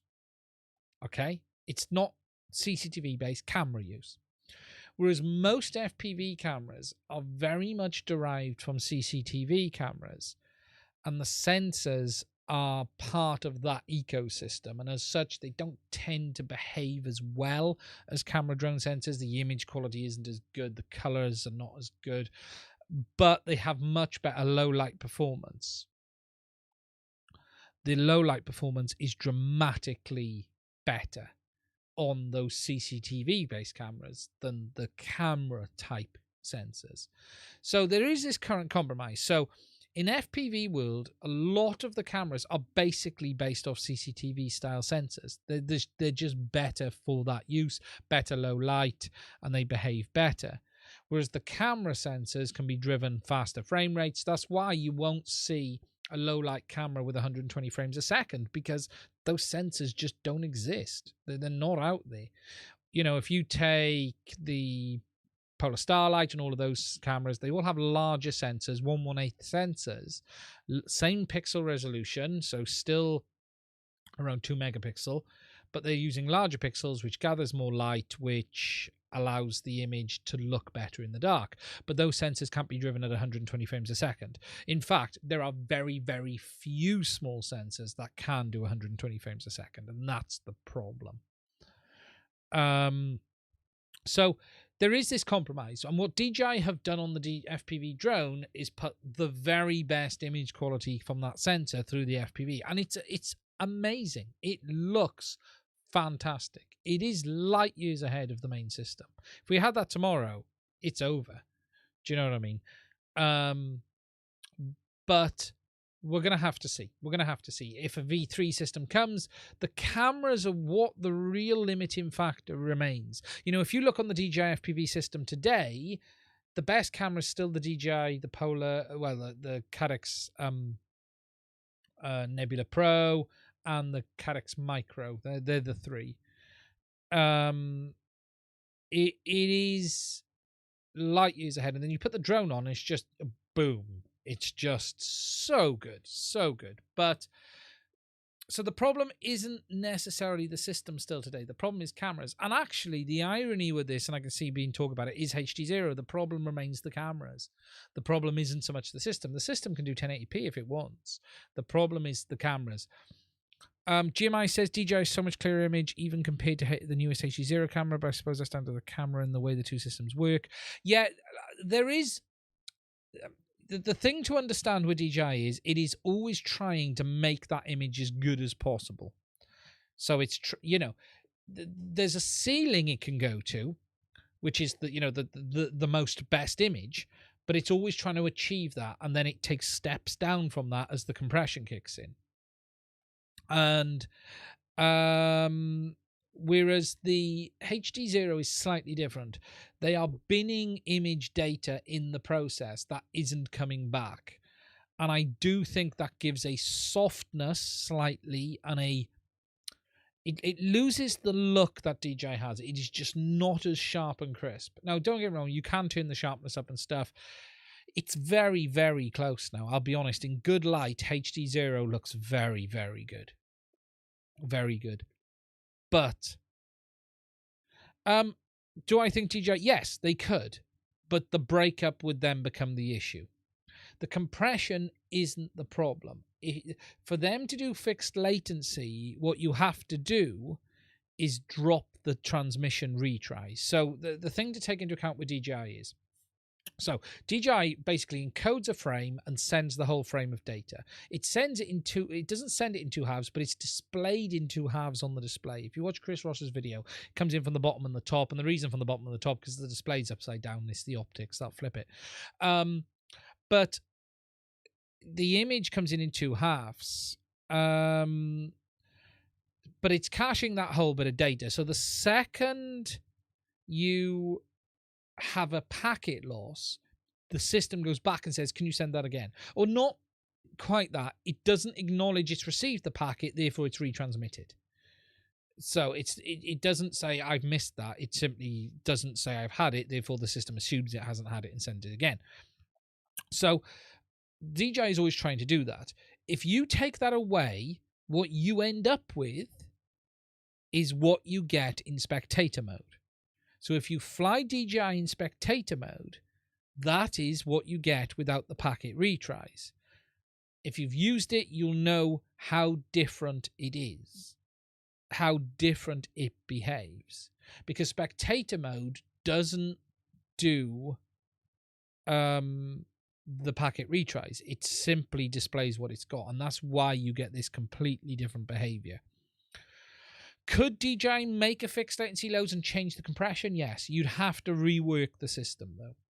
And then you have to decide what you do with lost data. Because the biggest problem with DJI is when data's missing, it isn't as simple as going, that pixel is missing, like HD0. So the real interesting thing with HD0 is it's almost sending every pixel individually. I think in the simplest terms, it's sending every pixel individually. Think of it that way. I know it isn't, but that's the easiest way to think of it. It's actually sending line by line. But so when you start to lose a data, you might just lose, if you lose a chunk of data, you might lose 2 pixels. The problem with DJI is it's using typical compression, which splits everything up into macro blocks, which transmits it in that. So when that data's missing, you could miss a chunk 1 centimeter large on the screen or a third of the screen because it's not sending the data in that individual way that HD0 is. And that's why when DJI starts to break up, you'll see it go into blocks. Those blocks are the macro blocks. The image has been forced into blocks. Look into the way OFDM transmission and more than anything compression works. You'll see something called macro blocks, and it splits the image up into different sections and stuff like that. And that's why you see it like that. And that's why it looks horrible in spectator mode, because it doesn't have the packet retries. So the issue DJI face is to convert this system into a fixed latency system. You then have to deal with what you're going to do with the fact of the data that's missing. Because if it's not there, you could lose a huge chunk of the image. So, do you then retain the last valid data Or do you try to display part of it? So, for instance, if you miss a chunk, because the data has different levels of detail, so do you go, and that's if you try to display what you've got is why it goes blued. That's easy to explain. Or do you retain the last bit of the clear image? So instead of it breaking up and going into almost out of focus blocks, you retain that last clear section of image. But if your view changes dramatically and you say went out of a window from a building, you might have that corner of the image that looks like a building and the rest of it that looks like the grass field you're flying across. So it's not going to work. And this is the problem with the compression method. So that method doesn't work very well without having that ability to be able to retransmit the data. And can they do it? Yeah, they'd have to come up with a whole new method like HD0 has. And that's why HD0 is the way it is. But what they're doing is having to bin data somewhere. Because what they can't do is transmit all of that image data. They are having to lose data somewhere that you don't need, whether that be color. And Carl does explain this a little bit in Chris Ross's, and he talks about different levels of data that make it through. So it's HD video transmission is one of the most complex things on the planet. It really is. Video transmission is hugely complex. But yeah, that's why it gets blued. That is why it gets blued. Okay. I hope that explains that. Right. 2 more things. If you've got any questions, guys, please do let me know. Yes, I've had a new frame sent to me, and this is the new Hexoon. Is there a reason? It's just no reason to DJI to care about it. Do you know what? Expander, that's probably the best comment. Why they will simply say it's not a problem. Now, that isn't to say they can't improve the behavior and the latency. That isn't to say they couldn't limit latency. So let's not fix it, but let's limit it. And then work on improving its behavior as it drops. There's lots. It's a complicated situation. Okay, so we've got 2 things to talk about. We've got the Hexoon frame, and then we got this new flight controller. I've had these 2 come in this week. Both things sent to me. Now, there's going to be dedicated review videos coming on these. We've got a new frame from Hexoon, which is the Edu 450. If you haven't seen it, I actually have a video on the first version of this already. I have a fully built one up here. Here it is. This one is about to become my new Ardra build. I haven't done it yet because I've been waiting for something else to finish before I do it.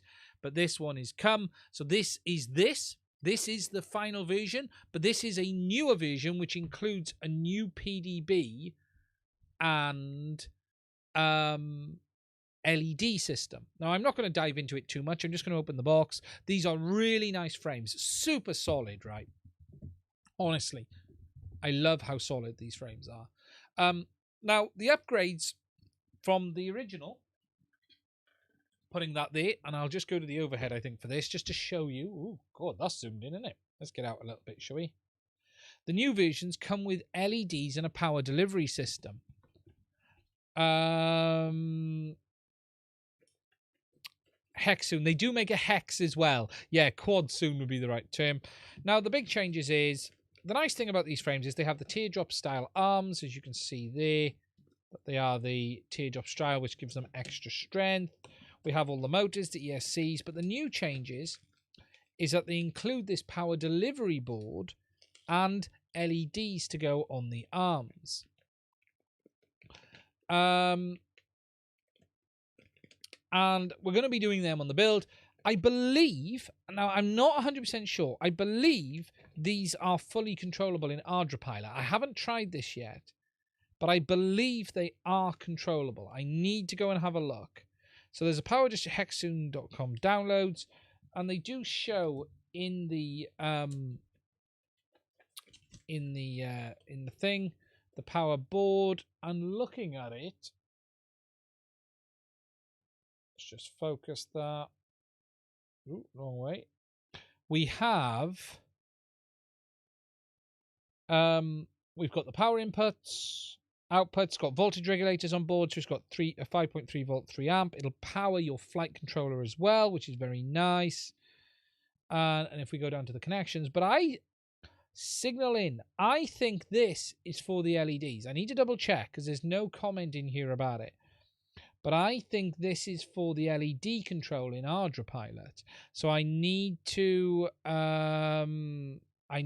take a closer look. I need to take a closer look at that. But yeah, it's a nice frame. There's going to be as I said, there's going to be a proper review on this one coming. It came in this week.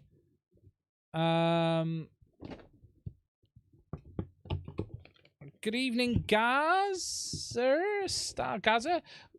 I'll answer it in a minute, mate. No problem at all. So I'm just going to get through these two. So that's it. There's going to be a video on that coming very soon. It's not too bad. I haven't finished my Ardra Pilot videos. They are coming. They're due to January to start finishing because I want to build it up into this frame. And then I'm going to finish it in this frame. Yeah, he has done. Painless has done a lot of Ardra stuff. He does more of that stuff. I am going to be doing a lot more next year on that. Painless does things slightly differently. Is there a weight on that frame? It's bloody light. There is. Is it on the back of the box? Let me just check. Where did I put the box? Down here. Does it say on the back? It is very lightweight. Let me just check. It's on the Hexsoon website, I think.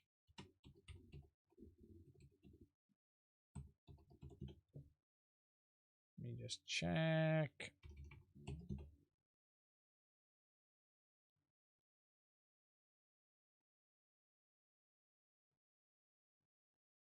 Edu 450.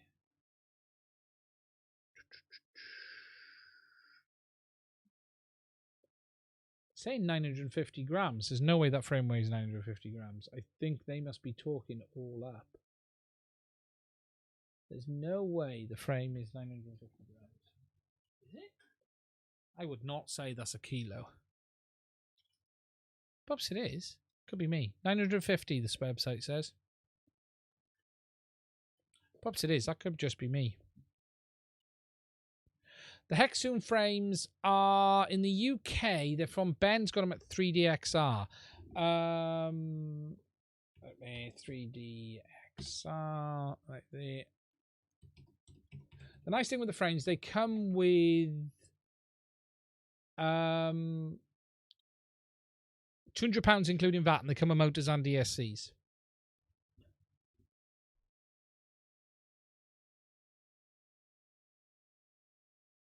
Motors and ESCs, which isn't bad, is it? That's really, that's not bad for that money. Not bad at all. That's with motors, yeah, which is quite good. Which is quite good indeed. The second thing I just want to talk about is this. SpeedyBee have sent me this. Now, this is their new stack. Let me just bring it up for those who haven't seen. This is this one here.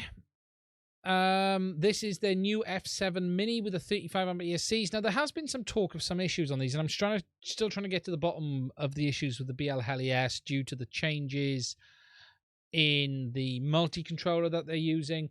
But this is the new mini stack that is the F7 CPU, Bluetooth on board, so it will connect via Bluetooth via the app for doing the tuning, which is very nice, which is a really nice feature. DJI compatible or digital compatible out the box, fully fledged 35 amp ESC as well. And to be fair, it's a nice looking board actually. I have had a closer look at it very quickly already, as you can see in the box, and it is actually yeah, I don't know if it's this one or the 40 amp because I'm reading it's the 40, but I could be wrong.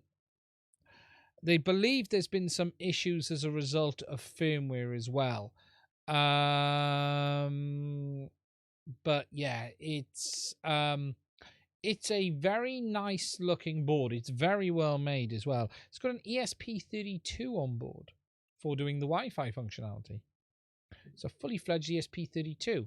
If they put the transmitter on it, it could have had ExpressLRS.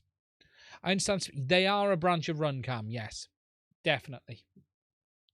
They are part of Runcam. So look, it looks a very nice controller. I've powered it up on the bench. I haven't powered up the ESC yet. 35 amp, 20 by 20 mounting. Not a lot to like.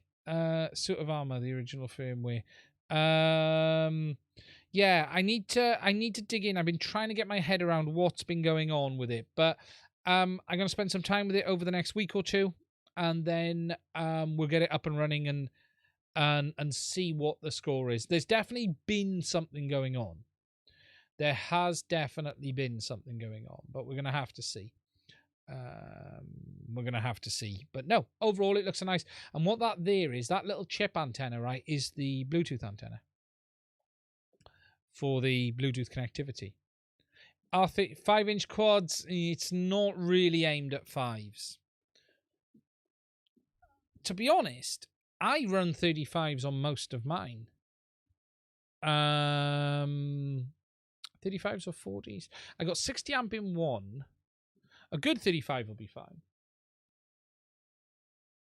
There's a 65 in the DJI build. I think there's a 35 in the other one. There should be no reason. Again, it's the quality of the ESC that counts. You're not going to draw that.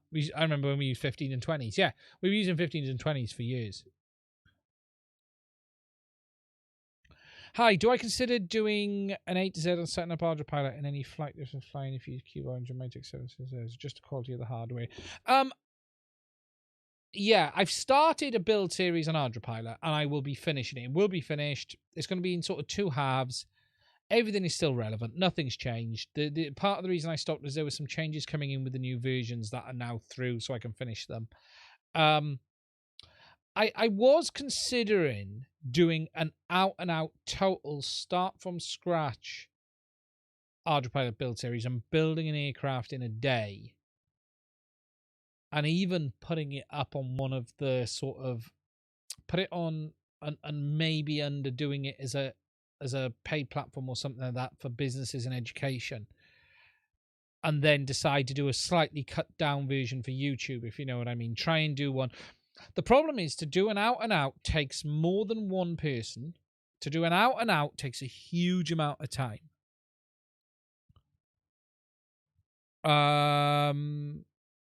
To do you know what I mean? I'd almost have to, in one day, you will have to skip a lot. I don't know. It took me a day to do the prams, Louis. No, you could do a build in a day or two.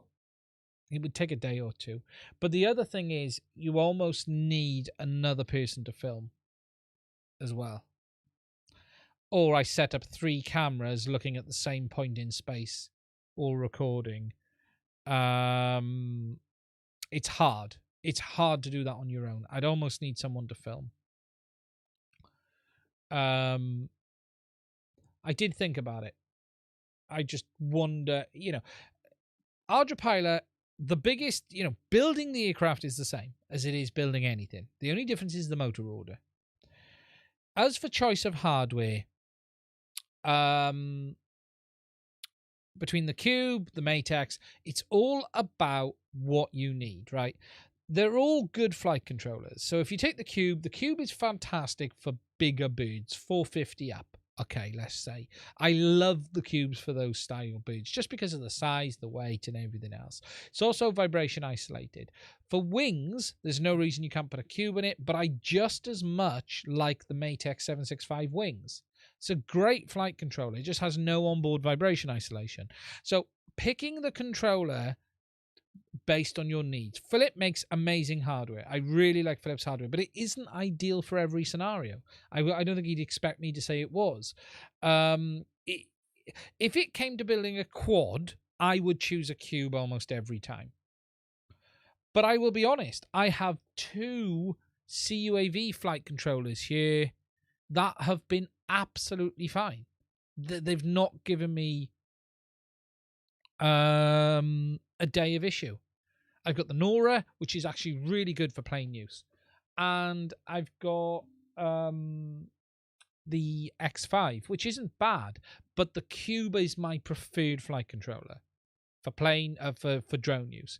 When it comes to plane, Matex 765 Wing is a really good shout. I really like that controller just because of the onboard power options, the BEX, the fault, the current sensing, and everything like that. I do think it's really nice.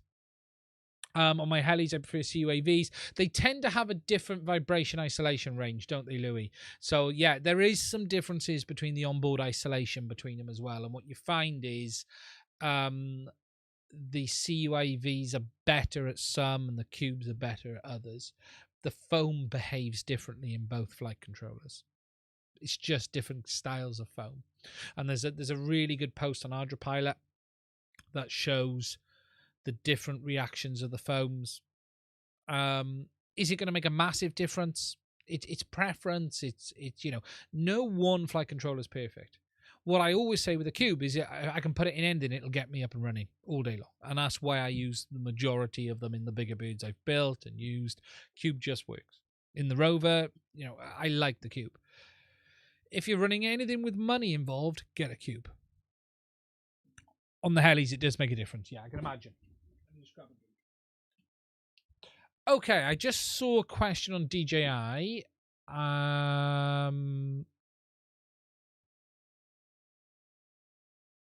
35 is enough for 5-inch quads. Good. My Rover's in the car at the moment with a LiDAR strapped on the top of it. I was meant to go driving today, but it was raining. Rover, I've got a Cube. Cube Black in the Rover.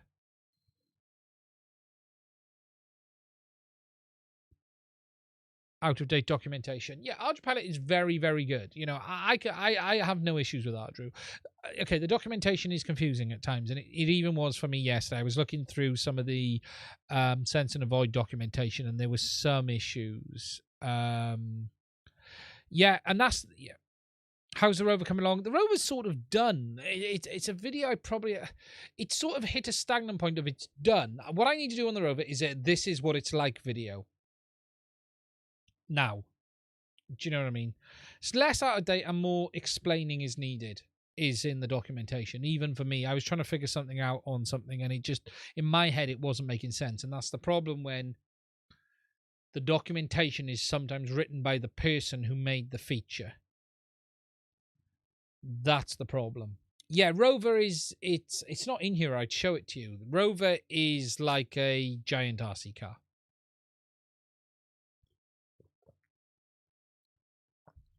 Mine is very 3D printed now. It's got a LiDAR. You're going to see the Rover in the next 2 weeks.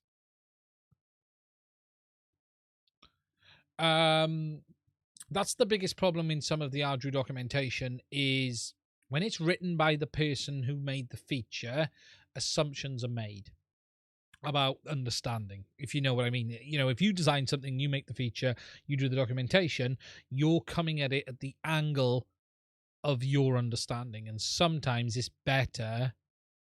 I'd love to do Ardu sub. I have looked at it 3 or 4 times. The cost is the issue. I thought a Mavic 3 was expensive.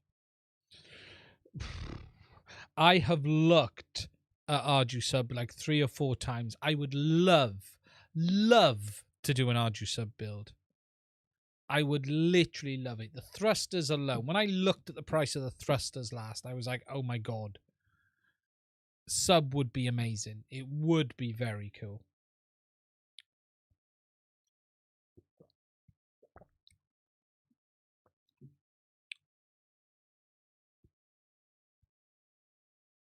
Ardu beer.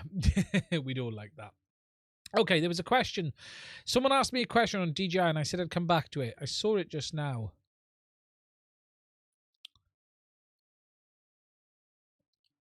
So he said I caught a live stream. I have V2 goggles. I want to ask about antennas. Star Gaz. I would like to change them for smaller ones. I have no idea which ones are compatible. So, DJI antennas, smaller ones, if you're using the V1 or V2s only for air unit use, the singularities are very good.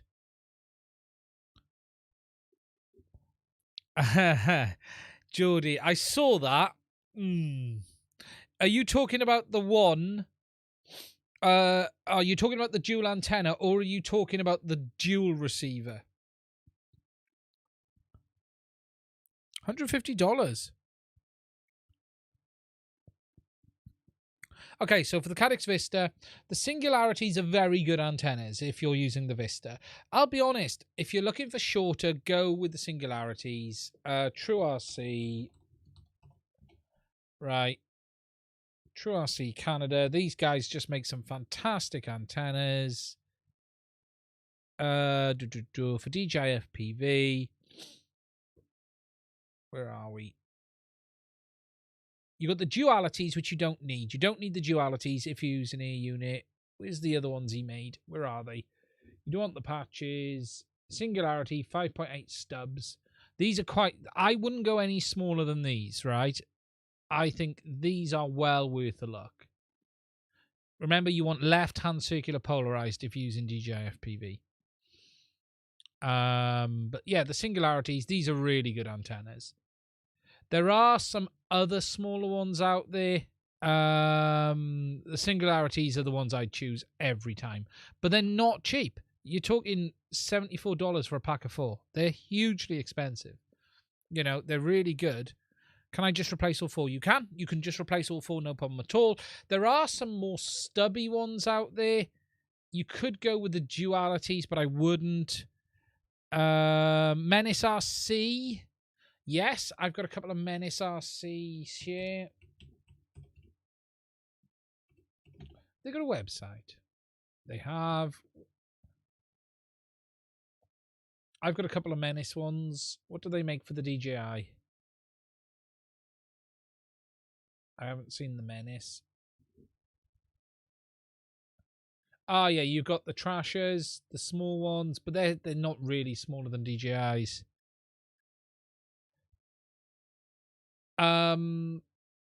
There is DJI FPV antenna. There is some other really small ones as well. I like the True RCs. I'll be honest, the True RCs were my favourite.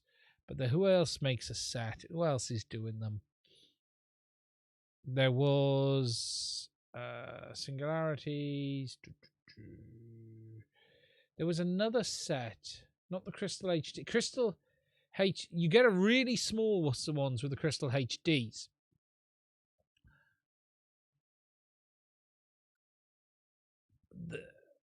They come smaller than that.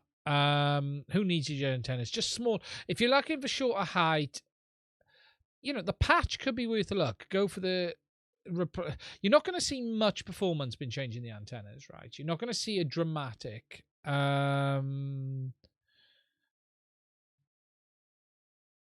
There is... I'm trying to remember who else makes a set.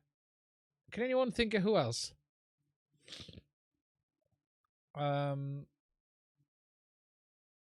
FPV goggles. I'm trying to think who else does it. I'm trying to think who it is. Get FPV. Here we go. You got the Axis. True RCs are good. Ghost Strap. Let's have a look. Get FPV shop. And in Canada, if you're in Canada, just go for the True RC Singularities. If you're in Canada, go for True RC. Canadian company. Oh, look at this. My new fault that started recently. 1 second, guys. I've lost cameras. I have a problem and I don't know what's causing it.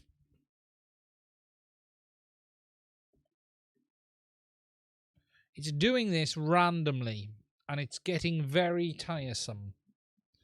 And I don't know now if I can recover from this, because normally I end up having to reboot something when this happens. 2 seconds. Let me hop over. Let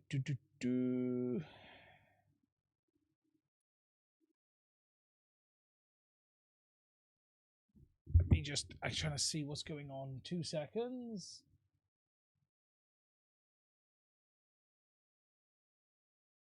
Hello, that's not that one. Where is it?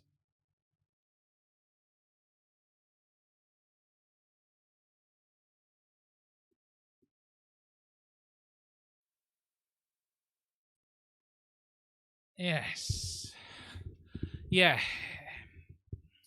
Now, the problem is, OBS has decided to flip its lid, and it's started to do this, and I don't know why.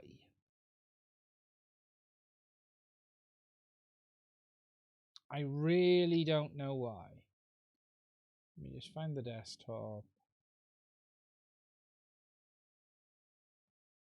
It's become very frustrating.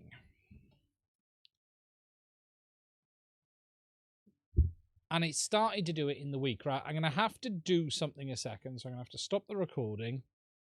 Now, I don't know what YouTube's going to do on this. Give me a second, guys. I'm going to stop streaming and then come back in. I will be back in 10.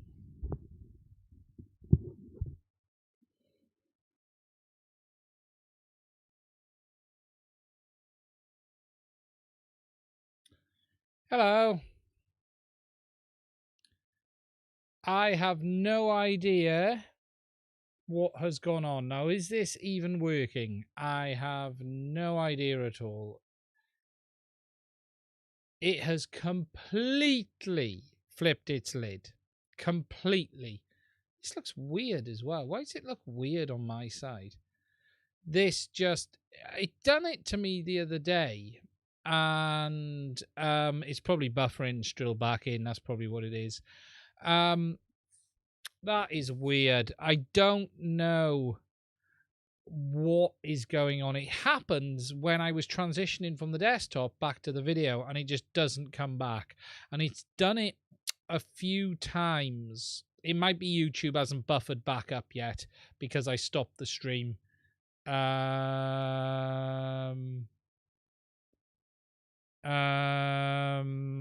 It's weird. It's weird. This is the really frustrating thing at times, that you get a setup, it just works, and then suddenly out of nowhere an issue appears, and that's what it's done today. And it's just done this weird thing again where it just went, oh, I'm not going to play balls. So sorry about that, guys. Oh, look, that one still doesn't work. I haven't fixed that one yet. Oh God, they're talking with background. Sorry guys, give me a second. I'm gonna have to delete that. Add display capture device. Choose an existing one. ATEM2. Wahey. And then I'm gonna have to see. I've got to fix it all now. This was all working, and then it's all broke again. Oh, how did I get? Oh, I think I know what I did last time. So if I put that there, no, that don't work. The height looks off as well. It's like the camera's moved. I wonder if my camera's moved when I was moving stuff around. I think what I've done is if I do that there, and then I've just got to move this one down all the way down here, all the way to the bottom. There we go. That's that one fixed as well. Sorry about that, guys. I was just trying to get it working. There we go. So that one's there. Oh, look at that. That's weird. So I think what I must have normally done is had that full screen then. Look at that. They're not quite in the right place, are they? There we go. Sorted. Sorry. Waiting for wife's been waiting for me downstairs a bit longer. Listen to the stream. Looks good. Sorry about that, guy. I just don't know what it's doing. That's annoying. Is it going to lost my Kia? I bet it has. I bet it's lost my Kia now, which I had for the green screen, which I'm going to have to sort it. Any ideas when DJI will be implementing warning for the goggles? Warning? What warning? Sorry about that, guys. I do apologize for the drop in service there. So frustrating when these things happen. It really is, for no good reason. And I can't work out what the cause is. Good evening, Type. The OSD. We have no idea if it's ever going to happen. We have no idea what they're going to do. We really don't. With DJI, we're going to have to wait and see. Right. For those of you who hung around, and how many of you are there? Let me just find that page. Where did it go? Of you, 57 fantastic people. I'm just going to show you some stuff. OSD warning messages. We don't know if they ever will. Unfortunately, We just don't know with DJI. For those of you who hung around, I ended up having to take, let me just get to the drive. Let me just find it. Downloads. Fat Shark. I just want to share this with you because this is very cool. I thought this is very cool.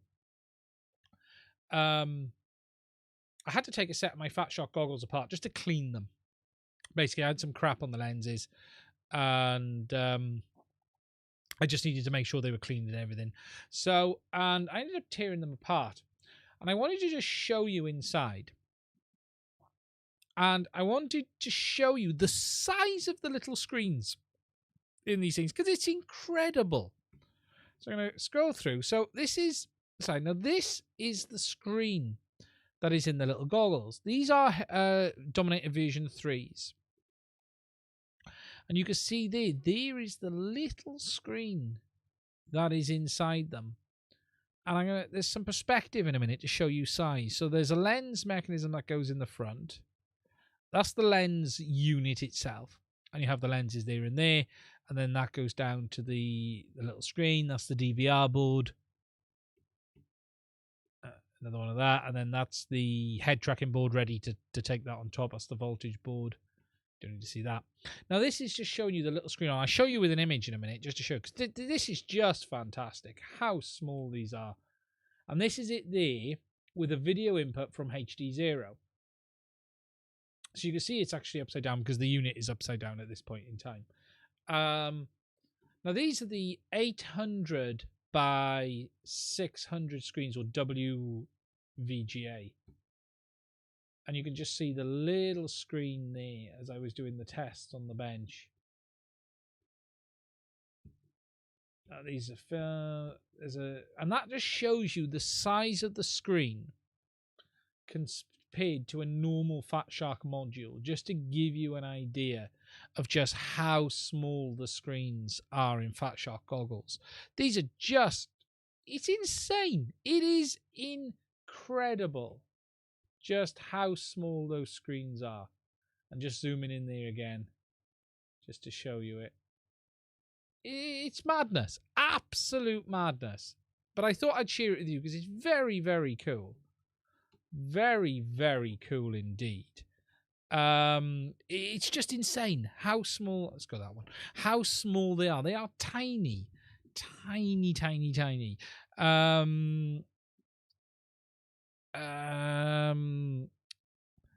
So the small squad, they are minuscule. I never imagined the screens were so small. I never did.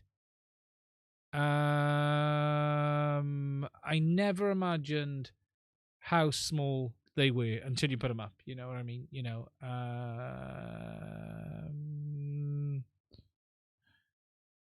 It's incredible. Yeah, it does explain how you can easily see the individual pixels. It really does. You know, and you know, I put the module there as just a view of what the data size is. But let me just find the image that, you know, you can. Let me just find the one where. There you go. You're looking at the. Just come back out, and then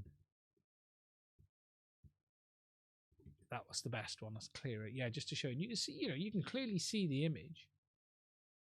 I'm wondering what these screens are designed for, because they're not going to be made for Fat Shark. You know, what are these camera? I'm guessing these are EV screens for cameras. But the only thing I can think they can be that small. There can't be anything else that small that uses screens I can think of. But they are minuscule, absolutely minuscule. Regarding the question on the Mavic Diversity receiver, it seems to release one with a ceramic antenna and one with a Diversity dual antenna. Yes, I did see that, Geordie. I haven't tried it. I need to get one in. Looks nice. No reason.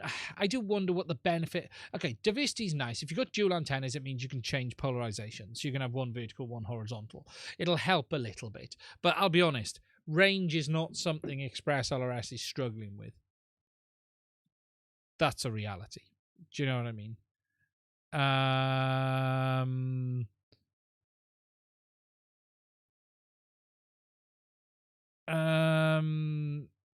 smarter than the smaller than the smallest coin. It is. We need to make ExpressLRS mate. We need ExpressLRS transmitter Matec. Yeah, that'd be nice. It would be good to see that. Matec JR module would be very cool. Very cool. I'm shocked they haven't done it. You know, they've done one half. Why not the other? It does seem strange, doesn't it?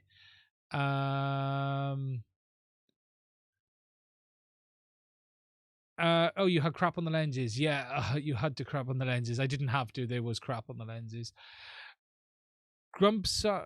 Grumpsy, Painless is polished. Painless is very good at what he does. I don't know Lee. I've not spoke to him. Painless is extremely good at what he does. But Painless is also full-time now as well, which is good for him, which is fantastic. He makes great content. But Lee does it different. We all do it different. There's no point me doing what Lee does. Because why? It's like me, no point doing what JB does. You can only do what you do. My biggest problem is I could sit here and do I could stop making all content for a month and put out an entire Ardra Pilot series. And it will get some good views. But would it really cover everything? It's something I want to do, but the problem is I cover a lot wider stuff than some people do. You know, I cover from, as I said in that video the other day, I cover from the ready to fly stuff with DJI to a lot more other stuff as well. Why do the same thing when others are doing a great job on it? So Painless is doing an amazing job on Ardra Pilot and iNav. That's what he does. He doesn't touch that much beta flight. He does a bit. Why do the same thing? You know, it's pointless. I am the more technical side of things.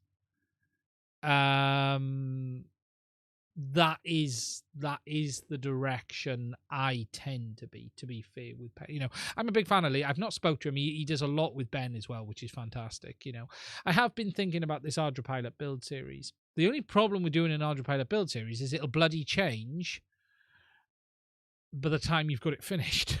That's and look, that's why I hit the wall on my series. I actually stopped for a reason, because there was all of the changes coming around the compass allocation and CAN bus and all of that. I'd started to show it, but it was in the pre-release. So now it's all in place. I've got it covered. No one is doing advanced Ardra Pilot stuff. The problem is with this, it's time. You could do an out-and-out total Ardra Pilot channel, and there's a lot to cover there, but you would only ever be doing that. With the amount there is to cover, I'd have to stop all other content. It would have to just stop it all, everything, you know. And also, again, what you have to look at is how many people are going to watch that. That's the problem. We have a channel for Ardra Pilot, but not enough time. That's the problem, Louis. It's the number one problem. It's time. It takes time. It takes, to do it properly, takes real time. And look, my biggest fault will be that I'm very good at not finishing things, because I'm always looking at something new. I'm always looking. One thing I've tried to do is step away from the longer build series of videos, because I know I won't get them finished, because something will appear, something new will come out that grabs my eye. I'm like a magpie. That's my biggest. I do like the cutting edge of tech, and that's why, you know, I've covered, you know, I've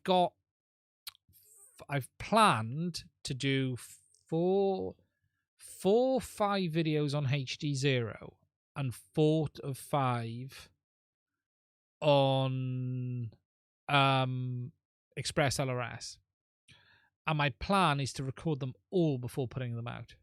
And I actually did that with Ardra Pilot. I recorded the first 4 videos in a row before even putting them live, and that's how the 4 got done, because I did it that way.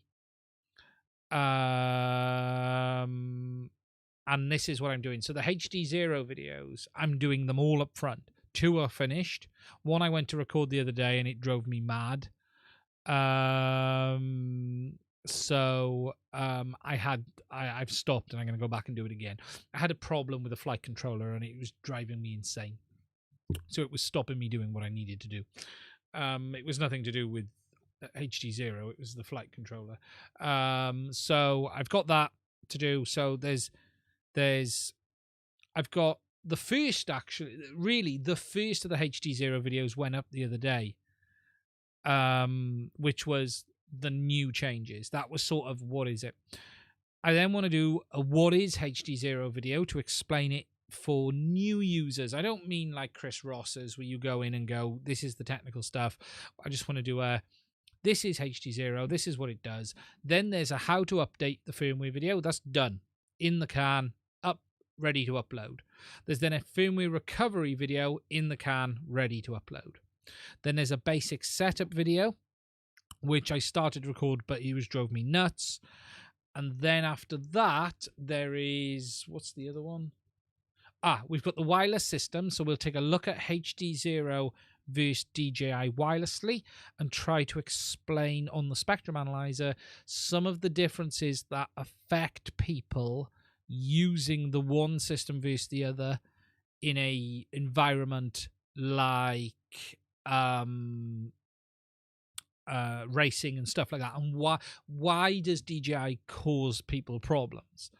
And that's very simple, because DJI does some quirky stuff on power up, number one, and I've explained that in those individual videos. If you haven't seen them, I have some videos on DJI that very specifically cover its behavior with the spectrum analyzer, and it's fascinating. But, you know, for instance, DJI will always power up on channel 8. No matter what channel you have selected, it always powers up on channel 8 and always goes to full power output for about 3 or 4 seconds. Then the power output drops down and it shifts onto the channel you set it to. That's why it wipes people out, because it does this power up on channel 8 and moves. But I want to sort of show one versus the other, if you know what I mean. So, you know, this is what this does, this is what that does. And then I'm probably going to split the HD0 video into a separate one, showing. It's a bit boring to show on a spectrum analyzer, to be honest, because it just sits there. It doesn't do a lot. It's not like DJI where you've got the dual link back and forth, and you've got the RC, and you've got the telemetry. DJI is a lot to digest. HD0 is just there. But what I'm going to show on HD0 is analog versus HD0. Just on that one, just to show people, you know, you're going from this to this, and HD0 looks, you know, very basic. There's nothing particularly shocking there at all about it. So we do that, and let me just have a look on my list, because I have a list of videos planned. Do that. They made that feature to troll analog users. It's just a quirk of the system. The way DJI does it is the reason they always come on to channel 8 is because the idea is it's the public channel and everyone else shouldn't be on it. So the theory is with DJI have made that decision based on everyone flying DJI. That's why they've made that decision. Ignore analog. Analog doesn't come into it. The DJI's recommendation is you never fly on channel 8. You always fly on one of the other channels. And as a result of that, they assume you will always be on one of the other channels. So the theory is DJI will come onto one channel and then power on 8 and then shift and look where to go. The other idea of that is it always uses 8 for when signal drops, and it uses 8 as where to go when signal is lost. So for instance, when you go out of range with DJI, everything jumps back to 8 and waits there. That's why it does it. But then there's the quirk around the RC behavior in 25 megabits per second mode versus 50, because in 25 megabits a second mode, the RC follows the video. So if RC channel 4, video channel 4, etc., etc., if you're using the DJI remote, RC and telemetry, I may add, on the goggles. However, in 50 megabits a second mode, telemetry always sits on channel 8, or in random occasions, channel 2. But we don't fully understand why it most of the time sits on 8 but can go to channel 2. It is a bit strange. But depending in 50 megabits mode, it doesn't matter if you choose 1, 2, or 3, it will generally leave remote and telemetry on channel 8. So there are some differences in the behavior with DJI, which HD0 doesn't have. HD0 is just sits there and looks normal, pretty as it normally does, just like an OFDM carrier. So shoot it on for solo flying, minimum interference, it doesn't matter in 50. If you're on your own, it doesn't matter. I would pick any of them. Minimum interference from other stuff. Get on channel 1 or 2. 1 or 2. And HD0, for instance, you always want to be on channels 1, 2, or 3 for the most power output. In something very interesting in some tests is HD0 appears to output the most power in channels 1 and 2. Something I've observed and other people have observed as well. No, it runs at a set power level, literally as it is. Set, nothing changes. There's no feedback loop, whatever it says on the display. Channel on HD0 or DJI, because they're different channels. It's all about VSWR. Yeah, it is, and the matching circuit is better tuned. Channel 3 is beyond Wi-Fi. Yeah, it's a good place to be. It's out the way. Yeah. Down the bottom end on HD0 is definitely the best place to be. HD0 is fixed output. Fixed output, no change. You know, if we look, there's a great frequency chart. DJI FPV channels. There's an image. I think it's here it is. Oscar's got it on his website. This one here shows you everything you need to know. So we've got Sharkbite, which follows the race bands. Now, originally, Sharkbite didn't. HD0 originally had its own set of channels. It followed DJI. So you got DJI 50, DJI 1. So if you go 1, 2, 3, 4, 5. And always remember with DJI, channel 8 is... this is actually slightly wrong. Now, this is an interesting quirk, and you just seen this in my video. This is showing channel 8 at 25 megabits. It doesn't. If you go from 20... Right, so here's the interesting quirk on DJI. If you go from 25 to 50 megabits, it will remain channel 8 at 25 megabits, and channels 1, 2, and 3 will be 50. However, if you then leave it in 50 megabits and reboot, it will boot channel 8 at 50 megabits, not 25. So if you leave your DJI FPV system in 50 megabits mode, channel 8 is also 50 megabits. But if you switch from 25 to 50, it remains at 25 megabits. It's a bit of a quirk, that. And this doesn't show it. That should. The chart isn't 100% right there. It is a quirk of the system. But yeah, if you look at... That gives you the channels, the frequencies. It's FCC compliant.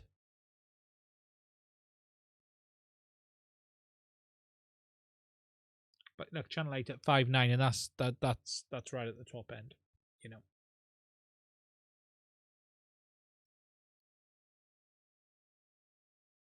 And remember where you are, your Wi-Fi channels will be different depending on your country as well.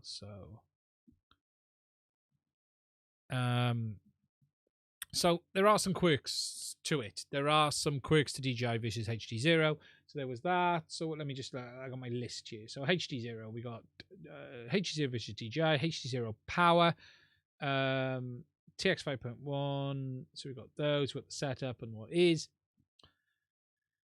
I've got, I think it's done on purpose. I actually think they've done it on purpose to prevent, in their head, they'd have done it for some reason. I just don't fully understand what yet. I suspect it's related to not causing interference to other pilots. But as you say, it's a bit of a strange one. We've got this week to go live on the channel is the Beta FPV receiver at some point, and the Namimno and the Beta FPVs. the TX Mod Part 2 video is finished. That will be going up probably... I won't do that this week. I'll do that the week after because I'll put a week between them. There'll be a dedicated video for the Inspire 2 update as well. I've got the SF45 video, and then there's the RF Solutions Part 3 video. I've got to get this new Hexoon frame video done, and then I can start building that up as well. Yeah, there's a lot to do. I have been thinking about the tutorials on ArduPilot. I'm going to do a few on ExpressLRS. There's 2 videos for ExpressLRS, choosing your receiver and just explaining what I explained earlier with the different outputs. Because remember, you've got receivers with a telemetry amplifier and without. And it's not something I'd get massively hung up on, but it is something to be aware of.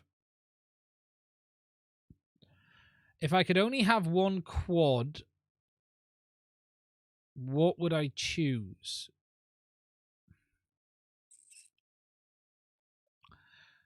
If I could only have one quad, believe it or not, and you're not going to believe I'm going to say this, I'd choose the DJI FPV drone.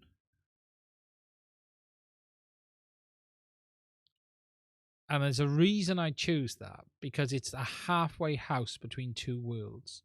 And it would allow me to continue to do camera work, but also fly FPV. It's a bit of a, you know what I mean? You could still do camera drone stuff with it, but FPV. Just simply because it has the best of both worlds. Or not the best of both worlds, it has both worlds. The best of both worlds. It isn't definitely not the best of both worlds, but it can act as a camera drone and it can act as an FPV drone as long as you don't crash it. And believe it or not, that is it, and I said I'm not the biggest fan of that product, but it does sort of fit that niche, if that makes sense.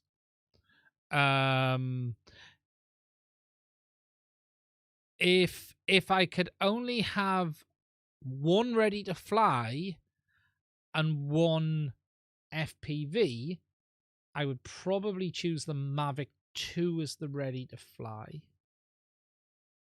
It's just such a good drone. I love mine. And I really like my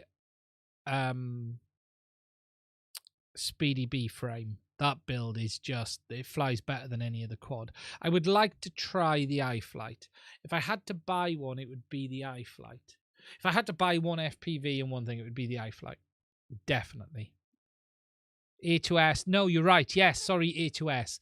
You are right, Louis. Yes. Sorry. To be honest, I always forget that exists. A2S. Yeah. But I would choose the FPV if I could only have one, because it does give me the opportunity of both worlds. Almost. You can't really use it as a camera drone out and out. Not got your Evoke yet. No, I would love to try one. I would. That would be my... The Evoke would be my off-the-shelf buy. Tell you what I have ordered, guys, as well. I haven't told you this yet. I've ordered an AOS 7. I'm going to be doing a 7-inch build in the new year. And the idea of the 7-inch build is with the 1-watt HD0. TBS Discovery with 11-inch pops, TBS Cube. I have ordered... I don't know when I'm ever going to get it, but I've paid for the AOS 7-inch. And the plan is to smash in that 1-watt VTX into that and see how it behaves. A long-range FPV. That's the goal with it. That's that. You know, for me, 5 inches isn't going to be enough on that. Control link, if I could pick one, it would probably be Crossfire. And the only reason I'm saying Crossfire...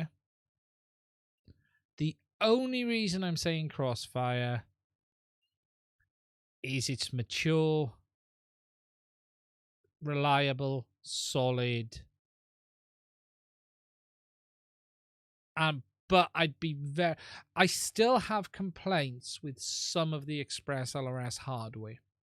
I love what ExpressLRS is doing, but I do, for out and out long range, I would probably still choose Crossfire today. It might not be for long, but today.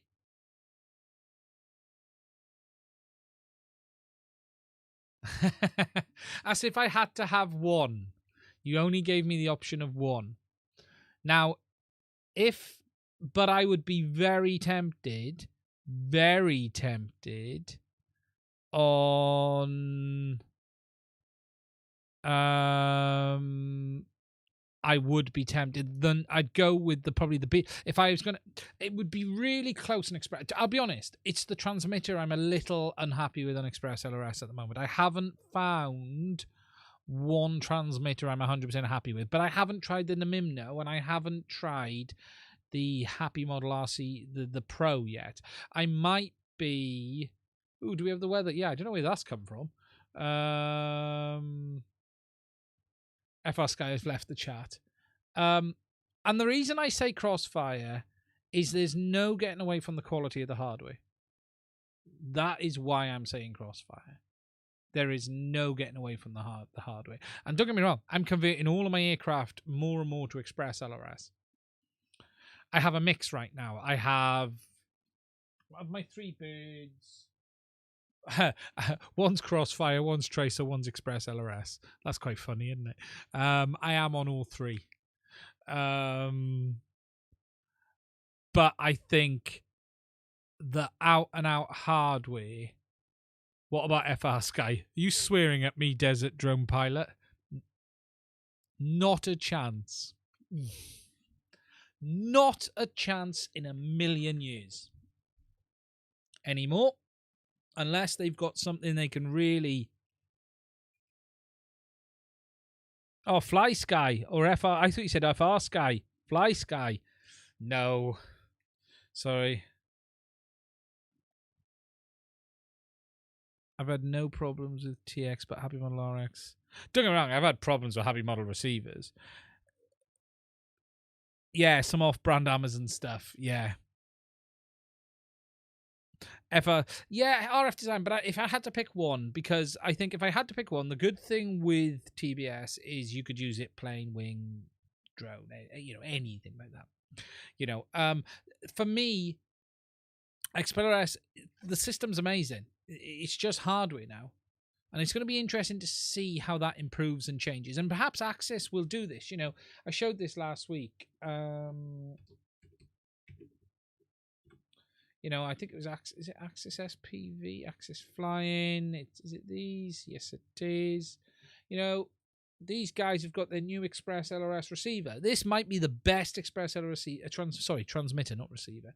This could be the best one ever made. But look at the damn price of it. Module only is $127. I would like to see this.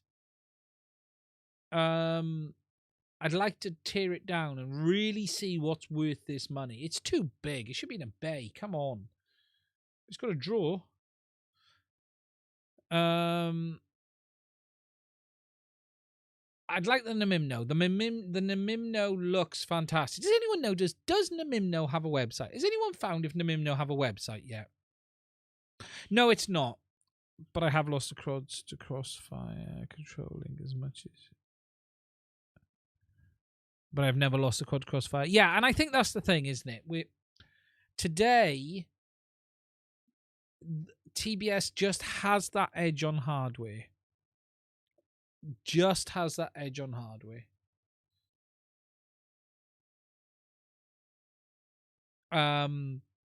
And that's why I think I'd end up going that way. That is why I'd end up going that way.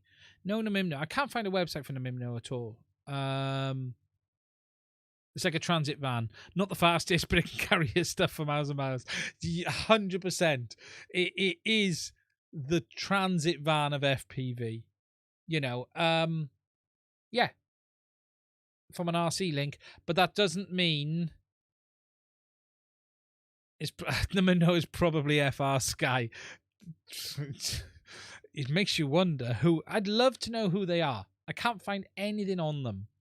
I cannot find anything on them at all. Does anyone know who Namimno are? If anyone has a contact for them, can you reach out to me? I want to talk to them. Hardware, there are some good and some bad, and there's no way to control that. No, and that is the problem, Zachary. And I don't think we're seeing the good hardware yet. Don't get me wrong, the Namimno receiver is very nice, as is the Beta FPV. I have to say, the Beta FPV receiver is very good. That Beta FPV transmitter isn't bad. There's going to be a 1 watt one of that. But I do think, I think I'd end up choosing a Facebook account. Yeah, I think they have. I don't know who they are. Is it one guy in an office at FR Sky? 1 watt out and 1 watt back. There's a lot to be said about that, Peppermint. There really is a lot to be said about that. I think for out and out birds today, I'm still personally choosing DSMX is the Apple of UAV. DSMX, God. FR Sky did. But look, you got this, but it looks a lot of money. I'd like to see it. I'd like to look at it. I'd like to have a look. If it needs to be that big, then great. Do you know what I mean?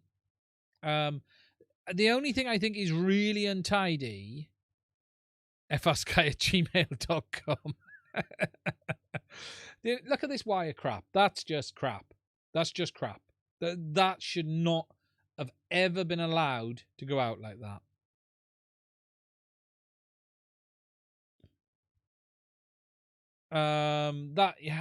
How is that? Why is there not a plug on the back as well? It's bloody ugly. It is ugly. I like the power thing on the bottom. I like the USB on the bottom. There's a lot to like there. That's fine. I get it. I don't even particularly mind the size. DJI FPV drone and Crossfire. DJI FPV drone on Lightbridge is very good. OcuSync is very good. 2 to 5S, which is nice as well. It's nice you can put a 4S on it. Unlike the Beta FPV, which is 2S, it's nice you can put a proper battery. TX Banggood. Hopefully it comes soon. That should be nice, Bobby. We're waiting. The problem is, remember, the Namimno has not been without fault. They've recalled their modules. They're not without fault. They've had to recall the new one because it's got an issue. This is nice. I do like the look of this. It does look a nice unit.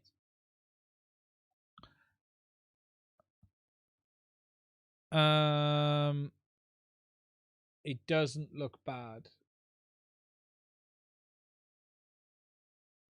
But you can't get the Flash TX on its own.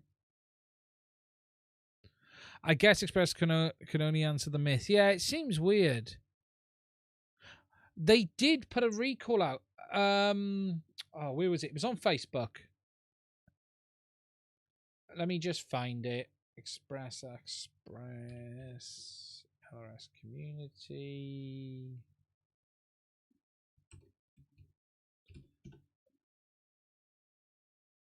Here we go. Here it is. So, due to a flash OLED TX design defect, I've noticed that the FTDI chip unexpectedly interferes with the signal transmission between the ESP85 and 32 chips. The backpack function can only sense it. Yeah, it only affects backpack functionality. If you don't need backpack, don't worry about it.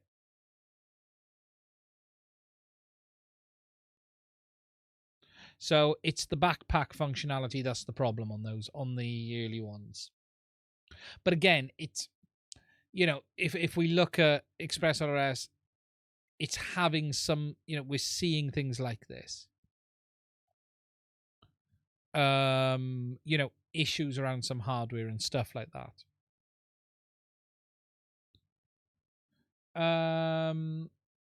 What they haven't said is there any way to detect it. I just don't know. You can quite easily fix it.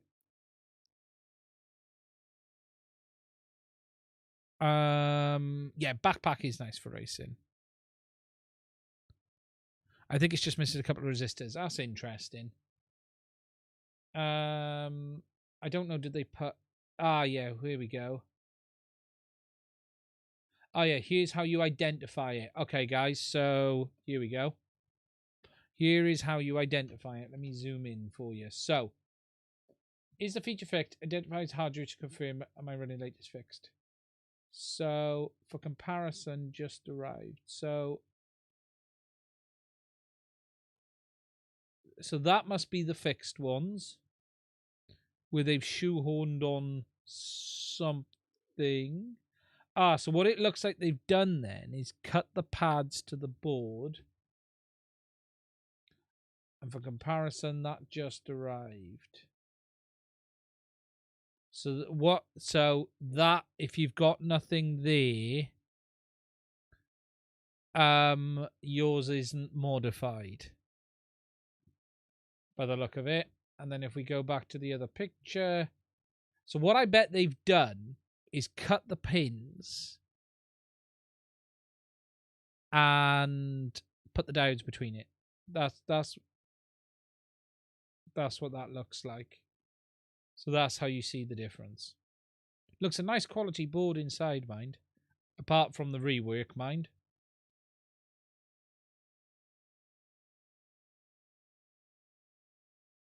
We have plans respinning the PCB to come. We'll do no plans yet.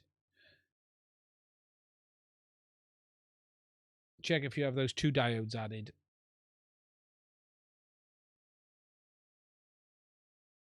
So what they don't show is what they're doing with the diodes. Are they cutting the pins? I would like to see, are they cutting the pins and putting the diodes on it? Or are they simply jumpering them? I'm not sure. I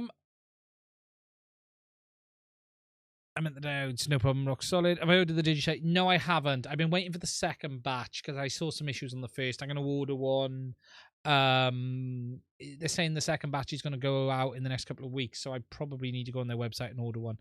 I'll try and get it done this month.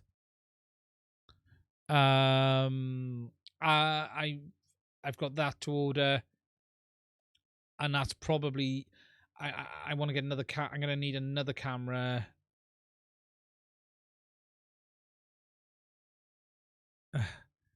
If you break all of your drones and don't have any to fly, turn your phone onto airplane mode and throw it as far as you can. Mine has the 2 diodes. Can you see, Star, if they've cut the pins? I've got the first. You got the ones with or without the diodes, GMI. But yeah, so I got the AOS 7 coming. Well, when that arrives. Right, guys. I think we've gone on long enough. Let me just close about the million windows. Let me check. Can you just see if they've cut the part? I'm betting they've cut the pins because there'd be no other reason to have diodes there otherwise. Because it just doesn't make sense to put diodes in series on top of a pin which is already in series.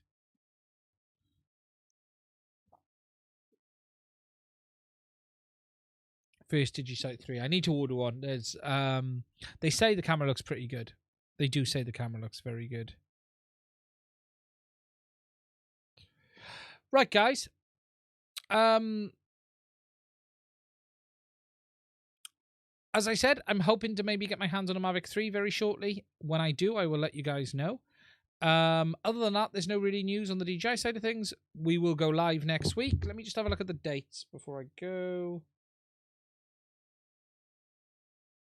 We won't be live on Boxing Day, but we'll go live that week sometime. We might go on the Monday or the Tuesday after Christmas. But anyway, look, as always, thank you for spending some time with me. If you're new here, welcome to the channel. Let me grab the window over. All 64 of you. Let me drag that one over to there so I can see you all. There you go. Massive thank you. A2S is better. It's not a bad drone. It's not a bad drone at all. They're all not bad. If you're new here and you haven't hit the button, please don't forget, Hit that subscribe button if you'd like to support us. Please do check out the links, Patreon, as well as that, and Discord. Hop over, have a look. Had to put the kids together. Answer new Hearlink controller. Not as far as I'm aware. I have no information on any changes to Hearlink. I'm not aware, Jason, of anything. That doesn't mean it's not going to happen, but I'm certainly not aware of it. Philip had committed to that hardware for quite some time. Hope that answers it. I'm not aware of anything, but as always, you never know what's around the corner. If I was aware of it, I couldn't say I wasn't aware of it, if that makes sense. What I'm actually aware of is absolutely nothing. Stay safe, look after yourselves. I'll speak to you guys soon.